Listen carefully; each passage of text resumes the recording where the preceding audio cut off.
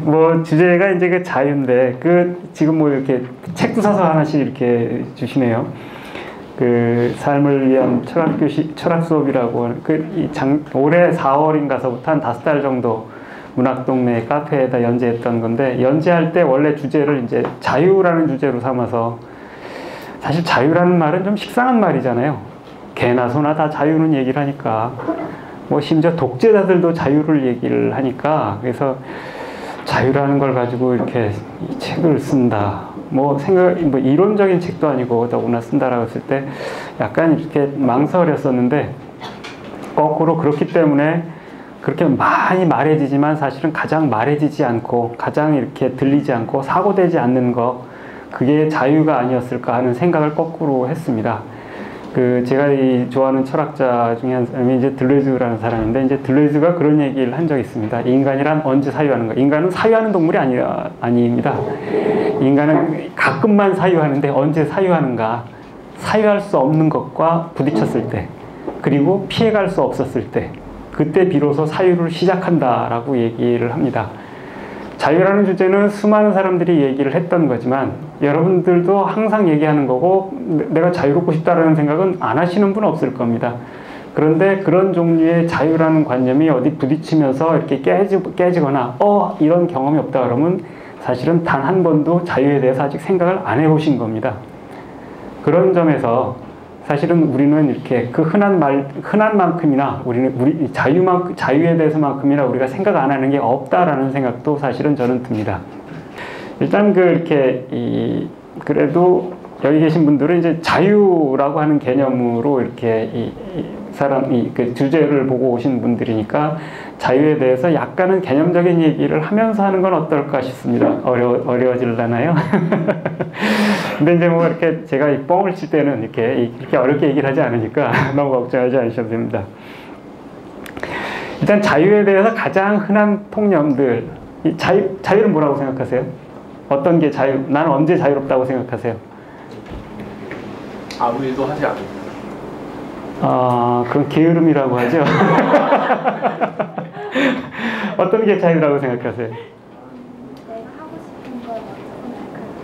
내가 하고 싶은 거를 할 때, 그리고 하고 싶은 걸 선택할 가능성이 여지가 많이 있을 때, 이런 걸 보통 자유라고 얘기를 하죠. 뭐 이렇게 대답하셨으니까 이게 사실 가장 이렇게 사람들이 흔히 생각하는 자유입니다. 자유자들이 얘기하는 거기도 하고, 누구도 일단 물어보면 되게 이렇게 대답을 합니다. 그래서 그 대답을 했기 때문에 일단 함정에 빠지신 게 되겠습니다. 선택 가능성, 사실 선택지가 없는데 하나 두고서 선택하라고 그러면서 그 자유라고 얘기를 하면은 그건 말도 안 되는 거니까, 당연히 그것 때문에 선택지가 여러 있는 것, 그리고 선택지가 많이 있을 때 자유롭다, 내가 선택권을 행사할 때 자유롭다, 보통은 이렇게 생각을 하지요. 그리고 이제 그런 것을 예를 들면 이제 라이프니츠 같은 사람은 이제 개념적으로 그런 것들을 이렇게 그런 방식으로 그런 것들을 개념화하려고 했던 사람입니다. 라이프니츠의 자유 개념이 그런 것. 그래서 이제 가능성, 필연성으로 꽉 차 있는 세계는 자유가 없는 세계라고 비판하면서, 그건 이제 스피노자라는 사람 비판했던, 스피노자는 모든 게 다 이유가 있다, 모든 게 다 필연적이다라고 했는데, 모든 게 다 필연적이라면은 자유라는 게 어떻게 가능하겠는가? 따라서 이 필연적이지 않은 것, 즉 가능성이라는 개념이 있어야만 자유라는 게 있을 수 있다. 이래서 이제 그 가능성이라는 개념을 굉장히 열심히 이렇게 천착을 했습니다. 근데 거기에 전제되어 있는 자유는 이렇게 역시 이제 그 가능성이라는 말로 표현되듯이 내가 다른 것을 할 가능성, 다른 선택을 할 가능성, 선택 가능성을 뜻하는 겁니다. 그리고 그런 점에서 조금 아까 말씀하신 그런 이 선택 가능성으로서의 자유라는 개념에 이게 충실한 셈이지요. 근데 이제 예를 들어서 그저께인가 이렇게 만델라가 죽었죠. 서거하셨죠. 이 죽었다라는 말 쓰기가 조금 미안해진. 저 이렇게 남한테 경어 잘 안 쓰는데 이 양반은 이렇게 쉽게 그냥 까고 말하기 어렵게 만드는 그런 인생과 얼굴도 이렇게 보니까 어디 식당에 어제 들어갔다가 이렇게 뉴스에 나오는 거 보니까 얼굴이 진짜 이렇게 성자나 성인의 얼굴이 있다 그러면 이런 걸 거다라고 생각하는 이런 모습이더라고요. 그건 아마도 이제 자신이 살았던 그 삶이 신체에 새겨져서 그렇게 되었을 거라고 이제 저는 생각이 드는데, 참 부러운 얼굴이었습니다. 저런 얼굴로 죽을 수 있으면 얼마나 좋을까라고 하는 생각이 듭니다. 그런 얼굴이었는데, 아시다시피 이 만델라라는 양반 20년 동안 이렇게 이 교도소에서 감옥 사형화를 했죠. 근데 이제 그런 생각을 해보시면 어떻겠습니까? 이 감옥이라고 하는 데는 사실은 이게 구속과 강제의 상징인 공간입니다. 그리고 그 안에서 할 수 있는 선택 가능한 행동의 폭이라는 건 별로 없습니다. 정해진 것들을 하도록 강제되는 곳이기 때문에. 그러니까 이 감옥에 20년 살았던 이 만델라하고 그 사람을 감옥에 가두고서 이렇게 거의 감옥에 가두고서 통치를 했던 그 남아공의 대통령이나 정부 관리들하고 누가 더 자유로웠을 거라고 생각하십니까?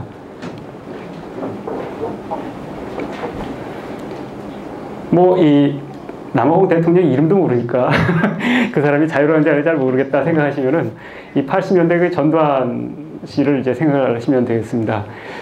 저는 뭐 20년은 아니고 2년밖에 안 살았습니다만, 이제 그 시대, 80년대 이제 그 감옥 갇혀서 생활하시는 분들 많이 있었습니다. 그 시기에 감옥에 갇혀 있던 분들하고, 그 다음에 그들을 가두고, 이렇게 이 통치를 하던 전두환 씨하고 누가 더 자유로웠을까? 선택 가능성이라고 하는 면에서 생각을 하면 비교할 것도 없습니다. 감옥에 갇힌 사람들은 아무런 자유가 없는 사람들입니다.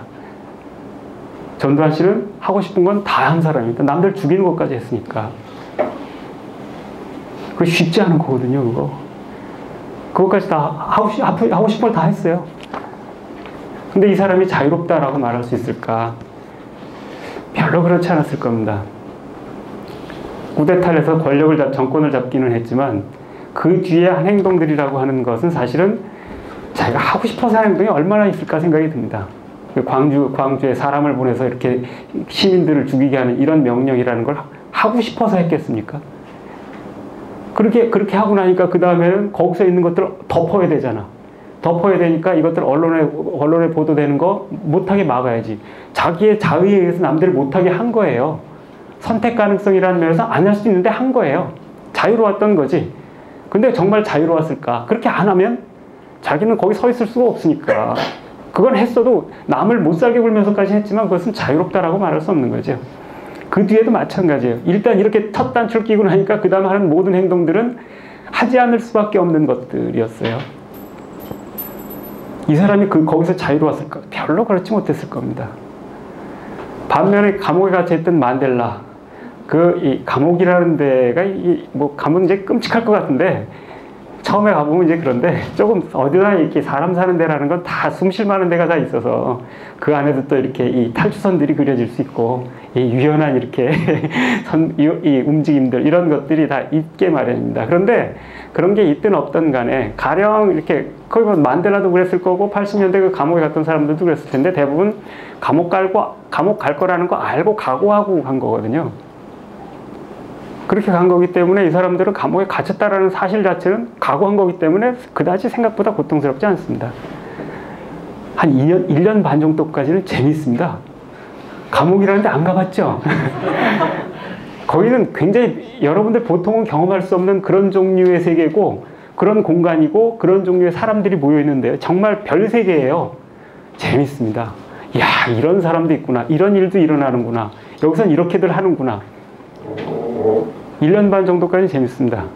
근데 제가 해보니까 1년 반 지나니까 그 다음엔 다 알겠더라고. 그 다음에 어떻게 되는지 그러니까 그 다음부터는 재미없어지더라고. 그래서 이제 3년부터는 살기 힘들어진답니다. 그래서 3년부터는 장기수로 쳐줍니다. 그러니까 20년이면 굉장히 살기 힘들었을 겁니다. 그렇기는 하지만 그렇게 갇혀 있음에도 불구하고 그쪽에서 요구하는 그런 삶만 사는 건 아니죠.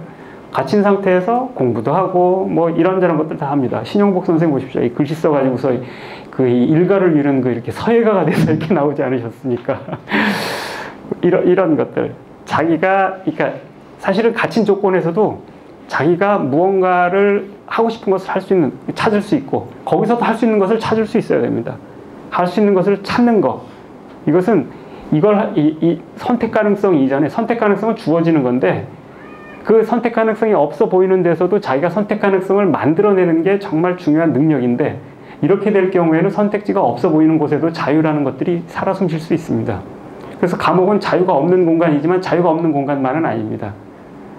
그 경우에 그 자유란 대체 무언가? 밖에서부터 나에게 주어진 선택지의 수, 그게 아닙니다. 자유는 그런 점에서 선택 가능성, 이런 것들로 정의할 수 있는 게 아니라고 저는 생각을 합니다. 가장 상식적이지만 실제로는 가장 자유와 거리가 먼 겁니다. 예를 들어서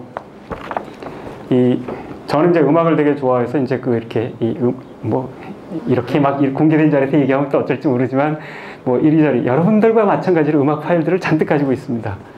뭐 락, 재즈, 클래식 많습니다. CD도 많고 MP3 파일도 많고 파일도 많습니다.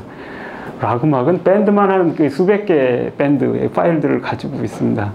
요새는 구하기도 쉽잖아. 그러니까 앨범까지 계산을 하면 뭐 이렇게 천에 달하는 그 음악 앨범들을 가지고 있으니까 앨범에다 곱하기 10쯤 하면은 10,000개쯤 되는 음악들을 가지고 있는데, 만약에 이거 같은 하드디스크 여러분한테 갖다 주고서 자, 선택해 보십시오. 듣고 싶은 음악 들어보세요. 라고 했을 때 여러분들은 자유를 만끽할 수 있을 거라고 생각하십니까? 못해요. 뭘 들어야 될지 몰라서 못 들어요. 저도 사실 안 들어본 게 태반이에요. 반이 뭐야? 3분의 1도 안 들었을 것 같아. 요새 과잉이어서 언제나 문제예요. 선택지가 너무 많으면은 사람들이 선택을 못 해요. 경영학에서도 얘기를 한대요. 슈퍼마켓이나 쇼핑몰 이런 데 가가지고서 예를 들면 이렇게 세제를 사려고 하는데 세제가 6개 정도 있으면 그 중에서는 하나를 골라 산대요. 그거 넘어가면은 사람들이 안 산대요. 뭘 사야 될지 몰라서. 선택 가능성이 많다라고 하는 것이 자유로운 선택을 하는 게 아니라 선택 못하게 만드는 거예요. 그 말은 뭐냐면 사실은 선택 가능성은 선택 불가능성을 뜻하는 거예요. 자유의 불가능성을 뜻하는 거예요. 선택지가 적음으로써 선택지가 적어지는 방식으로 우리가 얼마나 자유롭지 못한가를 말해주는 개념이지, 내가 어떻게 자유로울 수 있는가를 말해주는 개념이 아니라는 겁니다. 그렇기 때문에 선택 가능성의 숫자로 그게 자유라고 생각하는 경우는 실제로는 자유에 대해서 전혀 이해하지 못하는 거라고 얘기를 할 수 있습니다. 이와 다르게 이제 칸트라는 사람은, 칸트는 또 이렇게 유명한 도덕 철학자지요. 이 사람은 이렇게 하늘엔 별이 있고 내 가슴 속에는 하늘엔 빛나는 별이 있고 내 가슴 속에 빛나는 도덕률이 있어라고 이렇게 생각을 했던 사람입니다. 스스로 그래서 자기가 만든 규칙을 시간과 함께 엄수했던 걸로 유명한 사람인데, 칸트에게 자유란 어떤 거냐면, 칸트는 이런 선택 가능성의 숫자가 자유라고 생각하지 않습니다. 그건 속인들 생각이고, 진짜 이렇게 존경받고 존엄한 삶을 사는 인간이라고 한다 그러면은 그 하늘에 빛나는 별과 같은 내 가슴속의 도덕률, 법칙, 도덕적인 법, 혹은 진짜 말 그대로 사회에서 만들어진 법, 이거 지켜라라고 정해진 법, 이런 것들을 어떠한 조건에도 불구하고 지키는 것이 자유라고 얘기를 해요. 그러니까 이 경우에 자유는 선택 가능성이 아니라 의무예요, 의무. 해야 할 것을 하는 게 자유라는 겁니다. 이런 얘기 중고등학교 때 윤리책, 도덕책에서 좀 배워보신 적 있지 않아요? 여러분들도 해야 될 것을 하도록 이렇게 정의를 했습니다. 굉장히 상반되는 정의지요. 그래서 이 자기만족이나 자기사랑, 이기적인 어떤 그 행복, 이런 것들과 자유는 반대되는 거라고 놓습니다. 그것들 추구하는 건 동물하고 다를 게 별로 없다라는 겁니다. 동물들도 지 먹을 것 찾고 지 새끼 챙기는 건 똑같지 않냐고. 자유란 거꾸로 지 새끼가 있는데도 불구하고, 지 먹을 게 사라지는데도 불구하고 어떤 행동을 할 때 사람들이 그때 놀라운 눈으로 보게 되고, 그게 이제 어떤 가치가 있다라고 생각할 때 그 사람을 존경하게 돼. 이런 게 자유다라고 이제 생각을 했던 거죠. 그래서 이 사람은 이제 이 법을 어떤 조건에도 불구하고, 조건에 따라 준수를 하거나 아니면은 이해 득실을 따져가지고 준수하는 거는 장사하는 거고 계산하는 거지, 이건 자유가 아니라고 봤습니다. 이해 득실과 무관하게 그냥 그 자체로 지키는 게 자유라고 봤던 겁니다. 그래서 이 사람은 이제 이런 이 자유의 예를 어떤 걸 드냐면은, 만약에 이 칸트 같은 사람이 있는데 친구가 이제 도망쳐 온 겁니다. 시위를 하다가 뭘 했는지 아니면 도둑질하다 뭘 했는지 잘 모르게 일단 사삭 이렇게 해서 나 좀 감춰줘라고 해서 친구니까 일단 집 안에 들여놨습니다. 근데 밖에서 곧 이어가서 타상 두들기고서 이제 경찰이 왔습니다. 여기 이 사람이 하나 여기 도망쳐 들어왔죠. 이렇게 했을 때 어떻게 할 것인가? 예 라고 대답하면 자기 친구를 내줘야 되는 거야. 아니요 라고 대답하면 친구는 보호가 되지만 경찰한테 거짓말을 하는 거잖아. 그런데 만약에 거짓말을 해서는 안 된다라고 하는 이런 게 도덕 법칙으로 이제 칸트가 생각한 도덕 법칙 중에 하나예요. 어떤 조건에도 거짓말을 해서는 안 된다. 그렇다고 한다 그러면은 이 경우에 어떤 게 칸트가 얘기하는 자유고 어떤 게 이게 도덕 법칙인가? 친구지만 그래도 법을 어길 수는 없지 하면서 예, 있습니다. 하고서 내주는 게 이게 자유라는 겁니다. 칸트에 따르면은. 뭐, 그 친구 입장에서 황당하겠죠. 친구라고 찾아왔더니 뒤통수를 쳐라고 생각할 겁니다. 하지만 칸트가 예를 들어서 그 친구라고 해서 그렇게 감싸주고 친구가 아닌 사람이라 그러면 얘기를 해주고 그게 무슨 이렇게 도덕적인 행동이겠냐는 거예요. 이해관계에 따른 행동이고 친소에 따른 행동이지. 그건 도덕이 아니라는 거예요. 그건 자유가 아니라는 거예요. 그래서 혹시라도 이제 도망치실 일 있으면은 칸트 같은 친구 집으로는 절대로 가지 마십시오. 가나마나 아주 오히려 더 곤혹스러운 사태가 이렇게 발생을 합니다. 근데 사실 이렇게 했을 때 진짜 조금도 의심 없이 동요 없이 이렇게 법을 준수하는 충실한 시민의 이렇게 미덕은 될지 모르겠는데 이 법이라고 하는 것이 뭐 사실은 뭐 이렇게 이런 뭐 칸트는 도덕 법칙도 법을 모델로 해서 이렇게 생각을 했어요. 그래서 이 법과 도덕의 관계조차도 통상적으로는 그러니까 선한 거, 사람이 선하다고 생각하는 거 이런 것들이 법이 된다라고 생각을 하죠. 그게 아니면 법이라는 것들을 정할 이유가 뭐가 있겠어라고 생각하잖아요. 선한 거, 사람들한테 권장할 만한 것을 법으로 한다라고 생각하는데 칸트는 그렇지 않다고 생각해요. 그건 공리적인 계산이라는 거예요. 법은 법이기 때문에 법을 지키는 게 선이다. 이렇게 생각을 해요. 그래서 법은 무조건 지켜야 되는 거예요. 그래서 이 사람은 이성도 비판을 이 법정에 세워버려서 이렇게 법정에 세우는 방식을 취하기도 했는데 그 법이라고 하는 것은 도대체 무엇이 법이 된가에 대해서는 질문하지 않는 거죠, 칸트는. 그런데 무엇이 법을 만들어내는가? 예를 들면은 이 법이 근거하고 있다라고 생각하는 건 정의라고 얘기를 하는데 정의란 말의 그리스어 어원이 되는 것은 디케라는 말이에요. 디케라는 말인데 이게 주리스가 됐다가 이렇게 저스티스가 되는 겁니다. 그런데 디케라는 말은 원래 무슨 뜻이냐면 복수라는 뜻이에요. 복수예요, 복수. 그래서 이 정의의 여신 그 그림 본 적 있으신가요, 혹시? 뭐 여기저기 나오지만 가령 뭐 메탈리카 이 앨범 중에 이제 Justice for All이라고 하는 앨범인데 그 표지에 보면은 이렇게 정의의 여신이 그려져 있습니다. 정의의 여신은 눈을 이렇게 가리고 있고 한 손에는 오른손에 칼을 들고 왼손에는 저울을 들고 있습니다. 이게 뜻하는 게 뭘까? 이 저울로 얘가 한 짓에 그렇게 야가 한 게 어느 정도 벌을 받아야 될 건지를 재는 겁니다. 그때 이 벌이라고 하는 거, 처벌, 디케는 처벌이고 복수라고 그랬잖아요. 예전에 함무라비 법전, 도둑질한 놈은 손목을 자르고 강간한 놈은 거시기를 자르고 이런 식의 법. 이게 법의 최초 형태잖아요. 복수예요, 복수. 처벌이란 복수랑 처벌은 복수를 뜻하는 거였어요, 원래. 그 임금들 이렇게 죽이려고 했던, 시하려고 했던 그 반역자들 죽이는 거, 이것도 복수였어요. 그래서 죽여도 끔찍하게 죽였잖아요. 육시를 했잖아요, 육시. 신체를 발기발 찢어가지고 기름에 튀기고 이렇게 끔찍하게 죽였던 거. 니네 까불면 죽어 라고 하는, 어디다 대고 개기고 있어 라고 하는 걸 보여주는 사적인 처형이에요. 복수예요, 그런 것도. 사적인 형태를 벗어난 것처럼 보이는 그 재판의 형식이 도입된 거는 이제 19세기 와서죠. 그러니까 그 이전에는 재판이라는 것도 왕의 대리자가 가해자들을 심판하는 그런 처벌이었던 거죠. 그래서 이제 이 법이라는 거는 그런 복수적인 성격을 갖는, 법은 당연히 복수적인 거라고 했을 때 이런 관점에서 보게 되면 법을 지킨다라고 하는 게 대체 무언가에 대해서, 왜 지켜야 되는가에 대해서 의문이 안 생길 수가 없습니다. 그리고 이제 그래서 오히려 카프카 같은 사람은 카프카의 이렇게 소송은 이제 이 법적인 사법부에 들어가서 이제 재판을 하는 거죠. 소송이라는 소설을 썼는데 소송에 보면은 이제 그렇게 이 주인공 독일어로 카라고 읽는데 영어로 K자지요. 이 카라는 사람이 주인공인데 이 카가 이제 그 법정에 갔을 때 어느 날 휴일이어 가지고 놀고 있었는데 잘못 알고 간 겁니다. 그런데 법정 문은 열려 있었고 거기에 이제 이렇게 이 빈 법정에 들어가서 이제 법전 있는 데 가서 법전을 넘기는데 법전에 이렇게 포르노 그림이 이렇게 들어있는 얘기가 나옵니다. 이 포르노 그림이란 뭔가 사실 이렇게 이 판사들이 앉아서 이렇게 포르노 그림이라 보고 있다 이런 얘기를 하려고 그런 건 아닐 겁니다. 유치이죠. 그러면 그거보다는 욕망이라는 말을 사용할 때 우리가 가장 먼저 떠올리는 게 성욕인 것처럼 욕망을 뜻하는 거죠. 그래서 이 법전이라고 하는 것은 특정한 종류의 욕망이 법화된 거다라고 하는 이런 얘기를 보여주는 겁니다. 즉 다른 욕망이 더 중요하게 되면은 그 법을 바꿔서 그 욕망이 법이 되는 거죠. 그렇기 때문에 법은 끊임없이 정정되어 왔잖아요.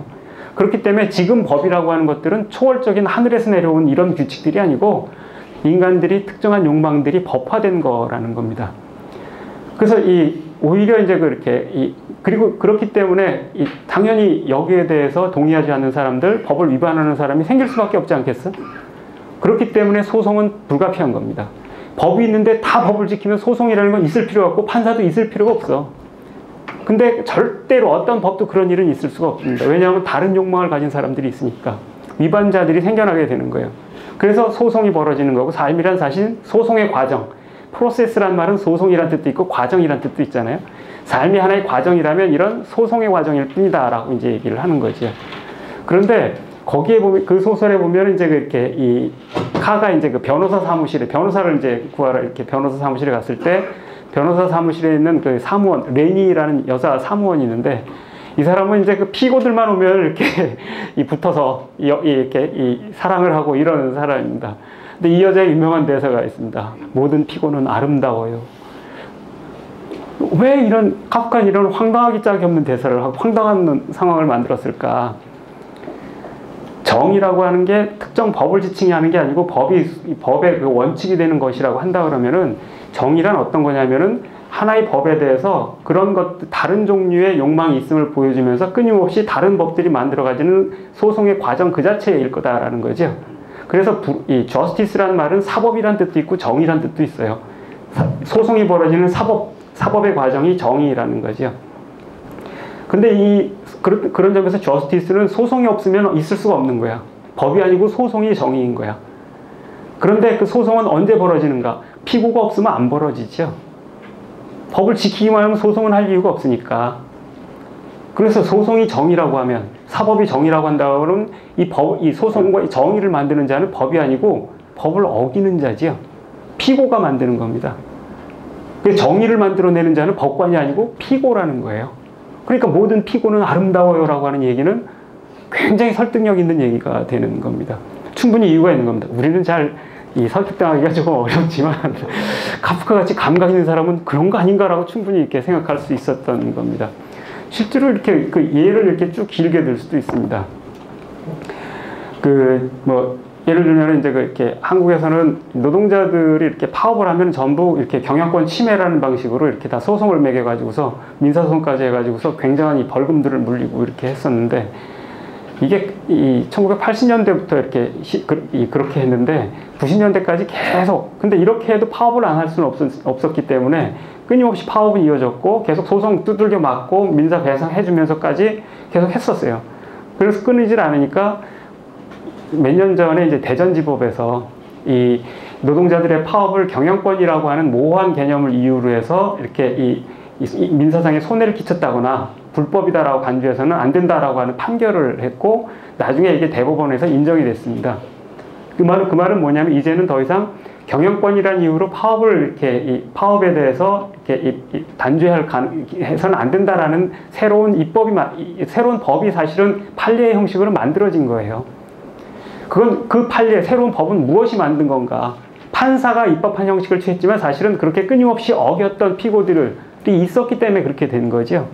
그런 의미에서 정말 법은 피고들이 만드는 거고 정의는 피고들에 의해서 이렇게 지켜지는 거다라고 하는 얘기들은 실제로도 설득력을 갖습니다. 피고가 없으면 법과 다른 정의라고 하는 건 있을 수가 없다는 겁니다. 그렇기 때문에 이제 칸트는 이렇게 실제로 중요한 정의를 법으로 환원하는 방식으로 오해했다라고 얘기를 해도 맞을 거고, 자유라고 하는 것들을 그런 법을 지키는 것으로 굉장히 이 의무를 이렇게 만들어버리면서 무의미한 것으로 이제 만들어버렸다라고 할 수 있습니다. 이 칸트와 이렇게 비슷하면서 약간 다른 게 이제 정신분석의 윤리라는 건데 이건 시간이 부족할 것 같아서 얘기는 넘어가겠습니다. 그 다음에 이것과는 또 다른 방식으로, 아주 다른 방식으로 자유를 정의하는 사람이 있습니다. 이 선택 가능성하고는 칸트는 이제 그 필연으로 이렇게 그 법을 지켜 의무로 이제 정의를 해서 반대되는 방식으로 했던 건데, 하이데거의 자유 개념은 또 아주 다릅니다. 하이데거는 이제 이렇게 그 뒤에 생각이 조금 달라져 가긴 했습니다만, 제일 유명한 책이 이제 존재와 시간이라는 책이죠. 이 존재와 시간이라는 책에서는 자유를 어떻게 정의하냐면은, 하이데거는 이제 이 인간들을 지칭할 때 다자인이라고 지칭합니다. 다자인이라는 말은 독일에서 다는 거기, 거기에 해당되는 부사고, 자인은 있음, 비동사죠. 그래서 다자인은 거기 있음이란 뜻입니다. 왜 다자인이라고 하는가? 거기에 있다라는 사실들이 갖는 의미에 대해서 귀 기울이고 생각할 줄 아는 그런 존재이기 때문이다라는 겁니다. 그래서 이제 거기 있다라는 건 그럼 대체 어떤 건가? 거기라고 하는 것은 이게 인간들이라는 것은 사실은 내가 태어나고 싶은 곳에 태어나지 않지요. 그 다음에 여러분들 앞에 주어지는 세계나 현실이라고 하는 것도 사실은 여러분이 선택한 게 아니라 내게 주어지는 거죠. 많은 경우에는. 특히 곤혹스러운 사태들은 대부분 내가 선택하지 않은 채 그 속에 내가 던져집니다. 그 내던져진다라고 하이데거도 얘기를 해요. 내가 어떤 상황에 내던져져 있는 거야. 그런 내던져져 있는 상황, 내 뜻과는 다르게 닥쳐온 상황인 거지. 근데 그 상황, 그리고 거기에서 다른 종류의 선택 가능성, 그 상황은 나를 이렇게, 그 상황이라고 하는 것에서 이렇게 내가, 기분 얘기는, 그 상황이라고 하는 것을 피해가지 않는다 하는 것은 어떤 건가? 상황에서 많은 경우 도피를 하지만 상황을 도피하지 않는다는 어떤 거냐면은 그 상황을 내가 피할 수 없는 것으로 받아들이는 거고 그 상황을 떠맡는 거예요. 떠맡는다는 건 어떤 건가? 다른 선택 가능성이 없음을 받아들이고 견디는 거예요. 하이데거는 이렇게 다른 선택 가능성이 없음을 견디는 것을 자유라고 정의를 해요. 선택 가능성이 없음을 견디는 게 자유랍니다. 굉장히 이건 또 무슨 소린가 싶죠. 예를 들면은 하이데거가 좋아할 예는 아닌데 저는 이제 어차피 빨갱이니까 이제 좌파식의 예를 들어서 이해를 하는 게 쉬워서, 예를 들면 이제 그렇게 이 80년 5월 18일 여러분들이 이렇게 만약에 광주 금남로에 있었다고 생각을 해보십시오. 거기입니다. 그게 거기. 혹은 이제 이렇게 4대강 공사한다고 아작을 내놓은 저희 영주 뗀 공사장, 거기에 여러분이 그 1년 전에 거기 있다고 생각을 해서 만약에 거기 출신이라고 생각을 해보세요. 영주가 고향이야. 그래서 고향 땅이라고 갔는데 가니까 뗀 공사한다고 다 아작을 내버렸어. 거기. 그게 이제 거기에 있다라는 게 그겁니다. 거기에 있을 땐, 내가 여기에 있는, 내가 있는 이 상황, 나에게 주어진 이 상황을 나는 어떻게 받아들일 건가. 그냥 이렇게 쓱 보통은 다 이렇게, 망가졌구나 하고 이렇게 가버립니다. 다른 선택지를 찾아가는데 하이데거가 보기엔 이건 자유가 아니라는 겁니다. 도피지. 그때 자유라고 하는 건 어떤 건가? 그 상황을 자기에게 주어진 것을 받아들이는 거라는 겁니다. 나의 고향을 이렇게 아작을 내놨어. 이걸 그대로 두고 볼 수는 없지. 내가 할 일도 많긴 하지만 이걸 어떻게 내가 여기서 다른 걸 할 수는 없는 거지. 다른 걸 선택할 여지가 없는 거야. 그 상황을 떠맡고서 내가 여기서 무언가를 어떻게 할 건가. 이걸 고민하기 시작할 때 자유가 시작된다는 겁니다. 그래서 이때 하이데거한테 그 자유라고 하는 것은 굉장히 심지어 이렇게 80년 5월 17일, 5월 18일 광주에 있을 때 마찬가지일 겁니다. 시위대들 공수부대가 막 대검으로 치고 다니고 하는 이런 상황에 딱 처해 있을 때 옆에서 사람들이 이렇게 죽어 쓰러지는 장면을 거기에 있다라고 하는 것, 다자인 거기에 내가 있는데 이 상황을 내가 이렇게 피해가지 않으려고 한다는 건 그 상황을 내가 떠맡는 겁니다. 다른 선택지가 없는 거예요. 여기서 내가 이걸 할 수밖에 없지라고 하는 다른 선택 가능성이 없음을 내가 떠안는 거. 이게 자유라는 거예요. 그래서 이 자유라고 하는 것은 죽음으로 미리 달려가 보는 결단, 이런 걸 통해서 비로소 가능해지는 거예요. 그 상황에서 무언가 하려고 할 때 죽음으로 미리 달려가 보는 결단, 목숨을 건다라는 말이죠. 쉽게 얘기를 하면 목숨을 걸고라도 이걸 하겠어라고 할 때 그 사람은 거기서 자유로운 행동을 하게 된다는 겁니다. 그리고 그때 그는 비로소 자유로워진다는 거예요. 그래서 이게 굉장히 이렇게 이 경우에 자유라고 하는 것은 처연하고 비극적이고 비장하며 영웅적입니다. 굉장히 마초적인 느낌도 나는 굉장히 영웅적인 이런 자유 개념입니다. 하지만 이건 충분히 나름대로 설득력이 있는 개념이기는 하죠.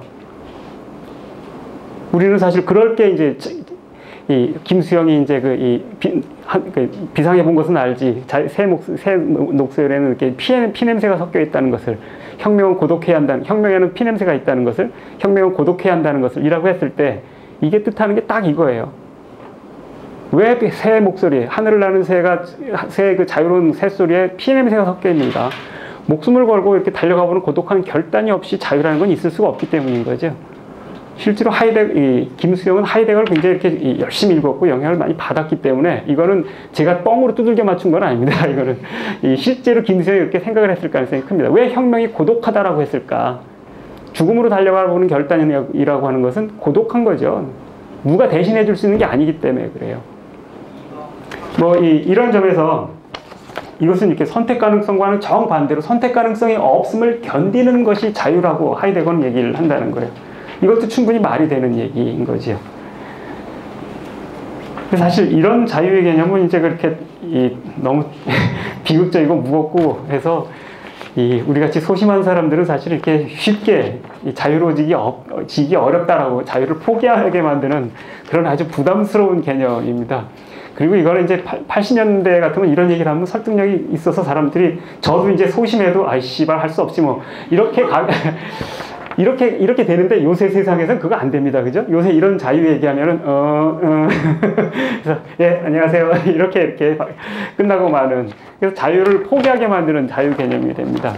그리고 일상적인 삶에서는 사실 이런 것들은 통용되기 어렵고, 더 난감한 건 이런 자유 개념 옆에서는 정말 자유로운 다른 영역, 모든 영역에서 자유를 찾아야 되는데, 이런 사건이라는 거, 5.18이라든지, 댐이 무너지는, 댐이 망가진, 이런 것들은 특별한 사건들이잖아요. 일생에 한두 번 올까 말한 사건.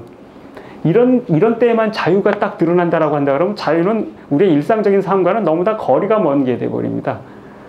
그거는 진짜 이렇게 우리의 삶으로부터 벗어난 어떤 게 되어버릴 위험 같은, 그럴 난감한 난점이 있습니다.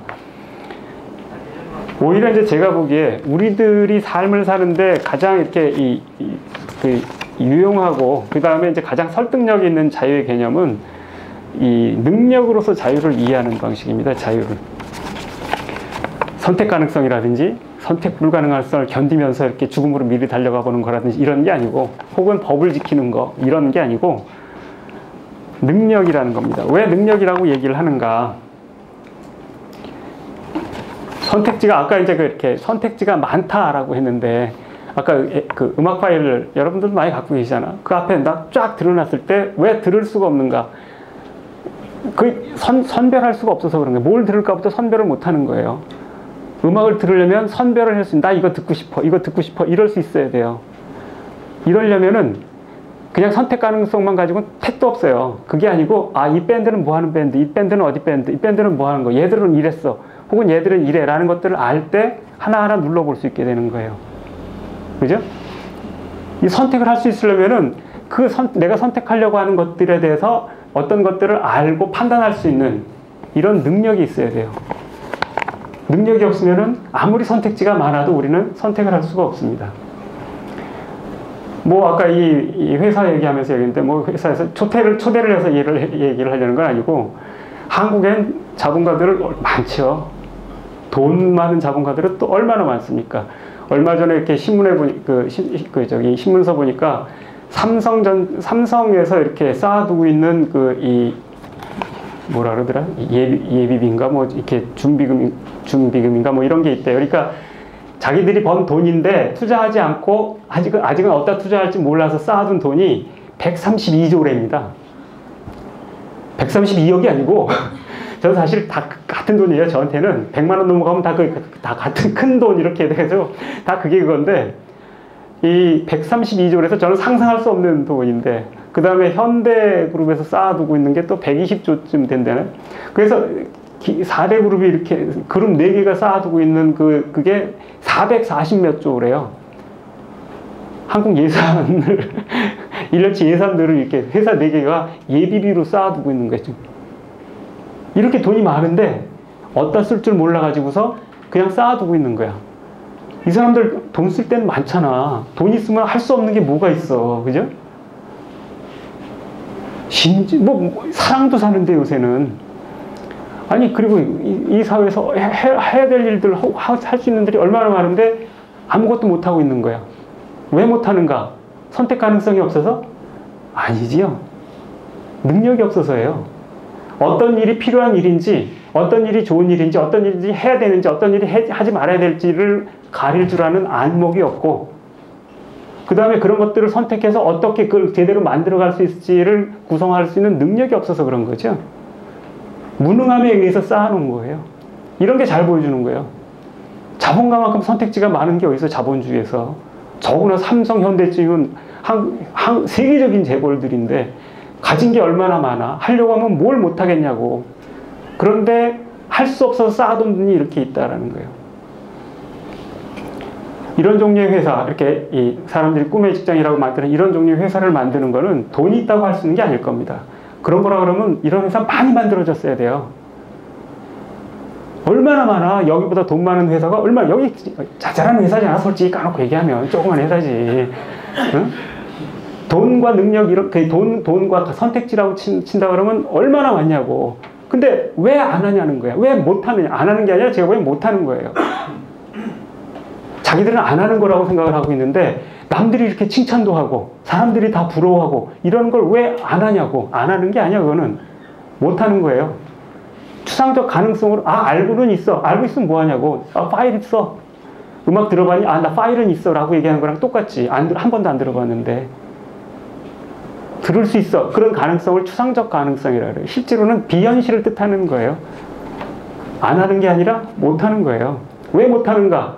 안목이 없거든. 세상을 보는 안목도 없고 사람들의 삶을 이해하는 눈도 없고, 그래서 사람들을 어떻게 좋은 삶을 만들어낼까 이런 것들은 생각해 본 적이 없고, 당연히 이런 것들을 하고 싶어도 못하는 거야. 할 생각도 못하는 거야.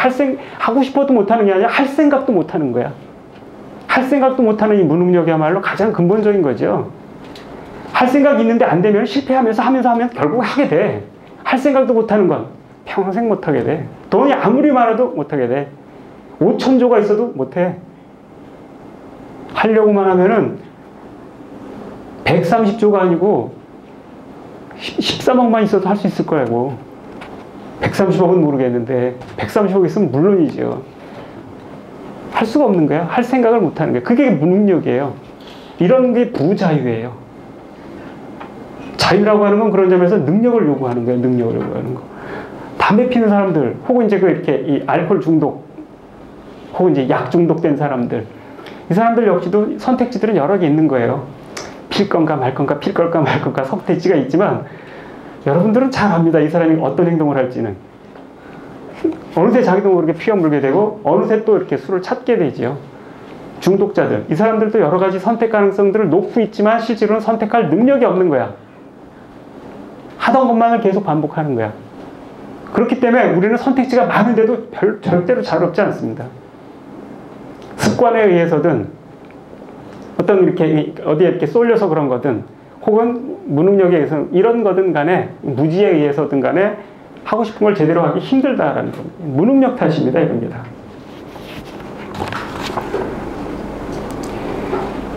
그리고 이제 그런 점에서 자유로워지려면은 능력이 필요하고, 능력은 훈련돼야 됩니다. 능력이라는 건 그냥 공짜로 주어질 일은 잘 없어요.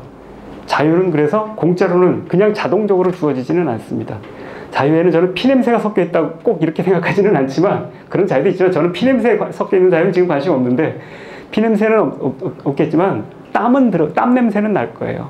자기가 애써서 얻으려고 그 능력을 훈련하지 않으면 우리는 자유에 다가갈 수 없어요. 일단 우리가 능력이라고 얘기를 했을 때 최소한 몇 가지 이렇게 능력들이 있습니다. 하나가 아니고, 일단 감각적인 능력, 그 다음에 감정과 결부된 그런 능력, 그 다음에 지성, 생각하는 능력, 이런 것들이 있습니다. 그래서 이제 몇 개를 하나하나 이제 간단히 이렇게 보면은, 일단은 이제 감각조차도, 우리는 감각이라고 하는 것은 이렇게 들어오는 것들을 쭉 확인해서 띠디디 해갖고, 이건 돈 되는 거, 이건 돈 안 되는 거, 이건 예쁜 거, 예쁘지 않은 거, 이렇게 분류하는 자동적인 어떤 거라고 생각을 하는데, 실제로 우리의 감각은 오는 걸 그대로 다 보지 못하고 들리는 걸 다 듣지 못하지요. 특정한 것만 들어요. 특정한 것만 보고. 예를 들면은 그 지각이라, 지금 뭐 인지심리학자들, 인지과학하는 사람들 많이 하는 거지만, 본다는 사건도 그래요. 내가 사물을 본다고 했을 때, 우리는 그 광학적으로 이해하잖아. 그 본 게 내 눈, 빛이 가서 튕겨가지고서 내 눈에 들어와 꽂히는 거라고. 어디에 꽂혀요? 망막에 꽂혀. 망막에 꽂히는데 그것은 이렇게 이 렌즈를 통해서 이렇게 한 점에 꽂히죠. 제가 어느 한순간 봤을 때는 한 점에만 그게 시각상이 맺힌 겁니다. 근데 다 보이잖아. 어떻게 이게 다 보이지? 광학적으로는 있을 수 없는 현상이에요. 한 점에 꽂혔을 때 점의 크기는 아주 작기 때문에 사물을 식별할 수가 없어요. 그래서 이제 그걸 보충하기 위해서 우리의 눈동자가 계속 움직여요.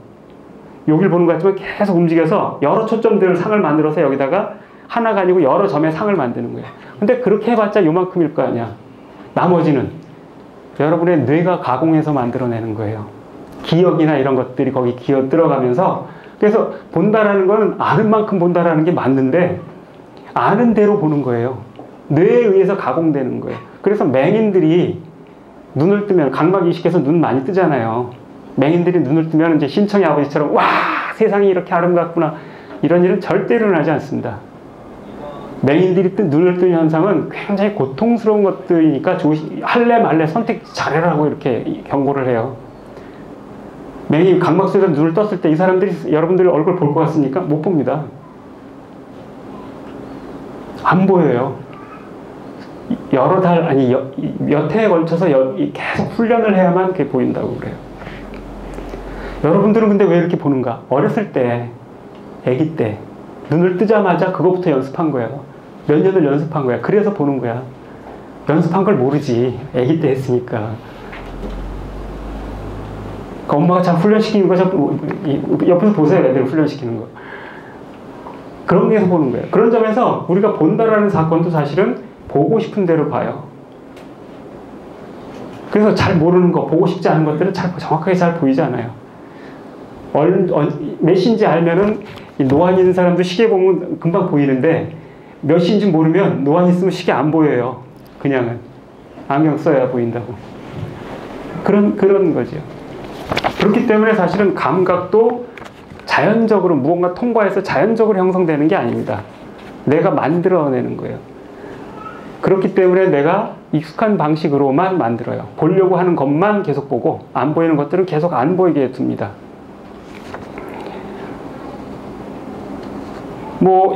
그렇기 때문에 감각은 대단히 이렇게 보수적이에요. 예전에 독일에 제가 1년 정도 산 적이 있었는데, 거기에 있을 때 이제 그렇게 관광 온 사람들 이렇게 알바생들이 이제 관광 온 사람들 가이드 이런 걸 많이 하더라고요. 한국 사람 가이드 같은 걸 많이 하는데, 이 사람들 보면은 온 사람들이 다 이제 가이드, 어디 관광지 찾는 것보다 더 중요한 게 괜찮은 한국 음식점 안내해달라는 거예요. 여러분은 어떠신가요? 외국 가서 이렇게 한국 음식점 안 찾으시나요? 저는 헝그리 정신으로 살아서 아니 외국 가서 왜 한국 음식을 먹나? 거기 가면 거기 음식을 먹어야지. 술도 그래. 제가 이것도 가이드한 친구가 되는데 프랑스까지 와서 꼭 소주 찾는데 그 좋은 와인들이 쟁여있게 쌓여있고, 원하면 꼬냑도 마실 수 있고, 독일은 맥주 좀 맛있어. 근데 그걸 먹는 게 아니고 소주를 찾는데, 그래서 소주 값도 비싸. 만 원 가까이. 해서 이 사람들이 도대체 나 이해가 잘 안 갔었거든요. 그런데 왜 그럴까? 그러면서 이제 뿌듯해하는 거지. 내가 거기 가서 소주 먹었어, 이런 거 자랑하고. 이상한 혀 끝에 애국주의가 달려있어. 그래가지고 혀로 애국하시는 분들. 근데 그거는 자기가 미숙하고 무능해서 그런 거죠. 다른 맛을 즐길 수가 없는 거예요. 당연히 거기 가면 다른 맛들, 세상에 얼마나 많은 음식들이 있어. 그 다른 맛들을 즐길 수 있어야 되는데 못 즐기는 거야. 그것을 맛있다라고 느끼지 못하니까. 그 무능력, 감각적인 무능력이 음식을 선택하는데 그 많은 선택지 중에서 하던 것만 선택하는 거야. 이게 무능력이고 부자유지요. 이게 무슨 자유겠어요. 프랑스 가서 한국 음식 먹는 걸 자유라고 생각을 하세요? 정말 어리석은 부자유예요. 이게 감각적인 무능력이에요. 음악도 그렇습니다.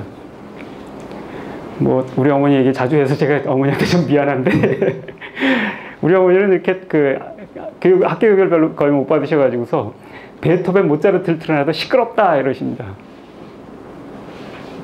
안 익숙한 거예요. 반면 여러분들은 그 틀어놓으면 편안할 겁니다. 아, 이거 그거잖아. 인지도 발생을 합니다. 지적 판단도 합니다. 근데 만약에 여기다 이렇게 그 한국 이 수제천이나 뭐 이렇게 영산해상 이런 거 틀으면서 조금 있으면 그냥 좋으실 겁니다. 영산해상 틀어놓으면 틀림없이 좋을 겁니다. 무슨 음악인지는 당연히 모를 겁니다. 대부분. 들어본 적도 별로 없고 익숙하지 않으니까. 그래서 그걸 즐겨 듣는 사람 별로 없을 겁니다. 이것도 굉장히 보수적이어서 듣던 음악만 듣습니다. 전 아들놈이 이렇게 기타를 치는데 그래서 음악을 이것저것 들으라는데 계속 듣던 스타일만 들어요. 보컬 틀어주면 아이 시시해서 못 듣겠다 그러고 그 다음에 이제 뭐 우지끈대는 거 말고 뭐 이렇게 다른 스타일로 이렇게 틀어주면 취향이 안 맞는다고 못 듣고 뭐 이렇게 된다. 기타 소리 좋아하면 신스팝 같은 거 못 듣고 또 이렇게 이렇습니다. 거기서도 선택지들이 널려 있는데 우리가 선택하는 것은 항상 익숙한 것만 선택을 합니다.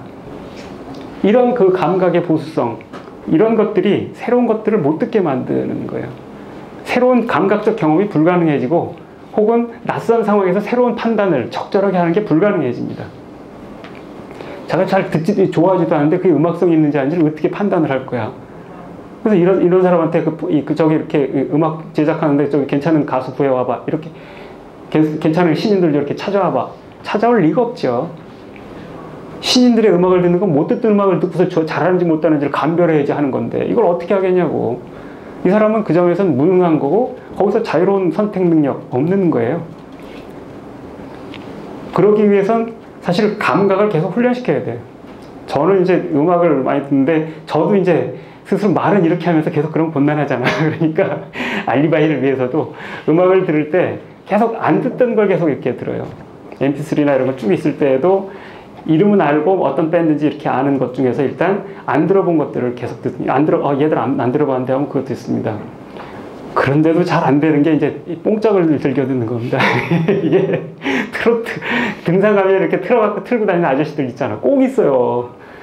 그 남한테 무슨 공덕을 베푸는 거라고 생각하는 것 같아. 뽕짝을 들려주마. 내 음악을 너 들려주마. 기쁠 거야. 아, 정말 이제 싫습니다. 진짜 음악을 앵간한 걸 듣어서 앵간한 건 진짜 이렇게 이상한 음악, 현대 음악, 내한 음악도 듣고 이렇게 소음 넣은 이렇게 소닉 유스나 이런 것도 들어. 그런데 뽕짝은 잘 안 되더라고.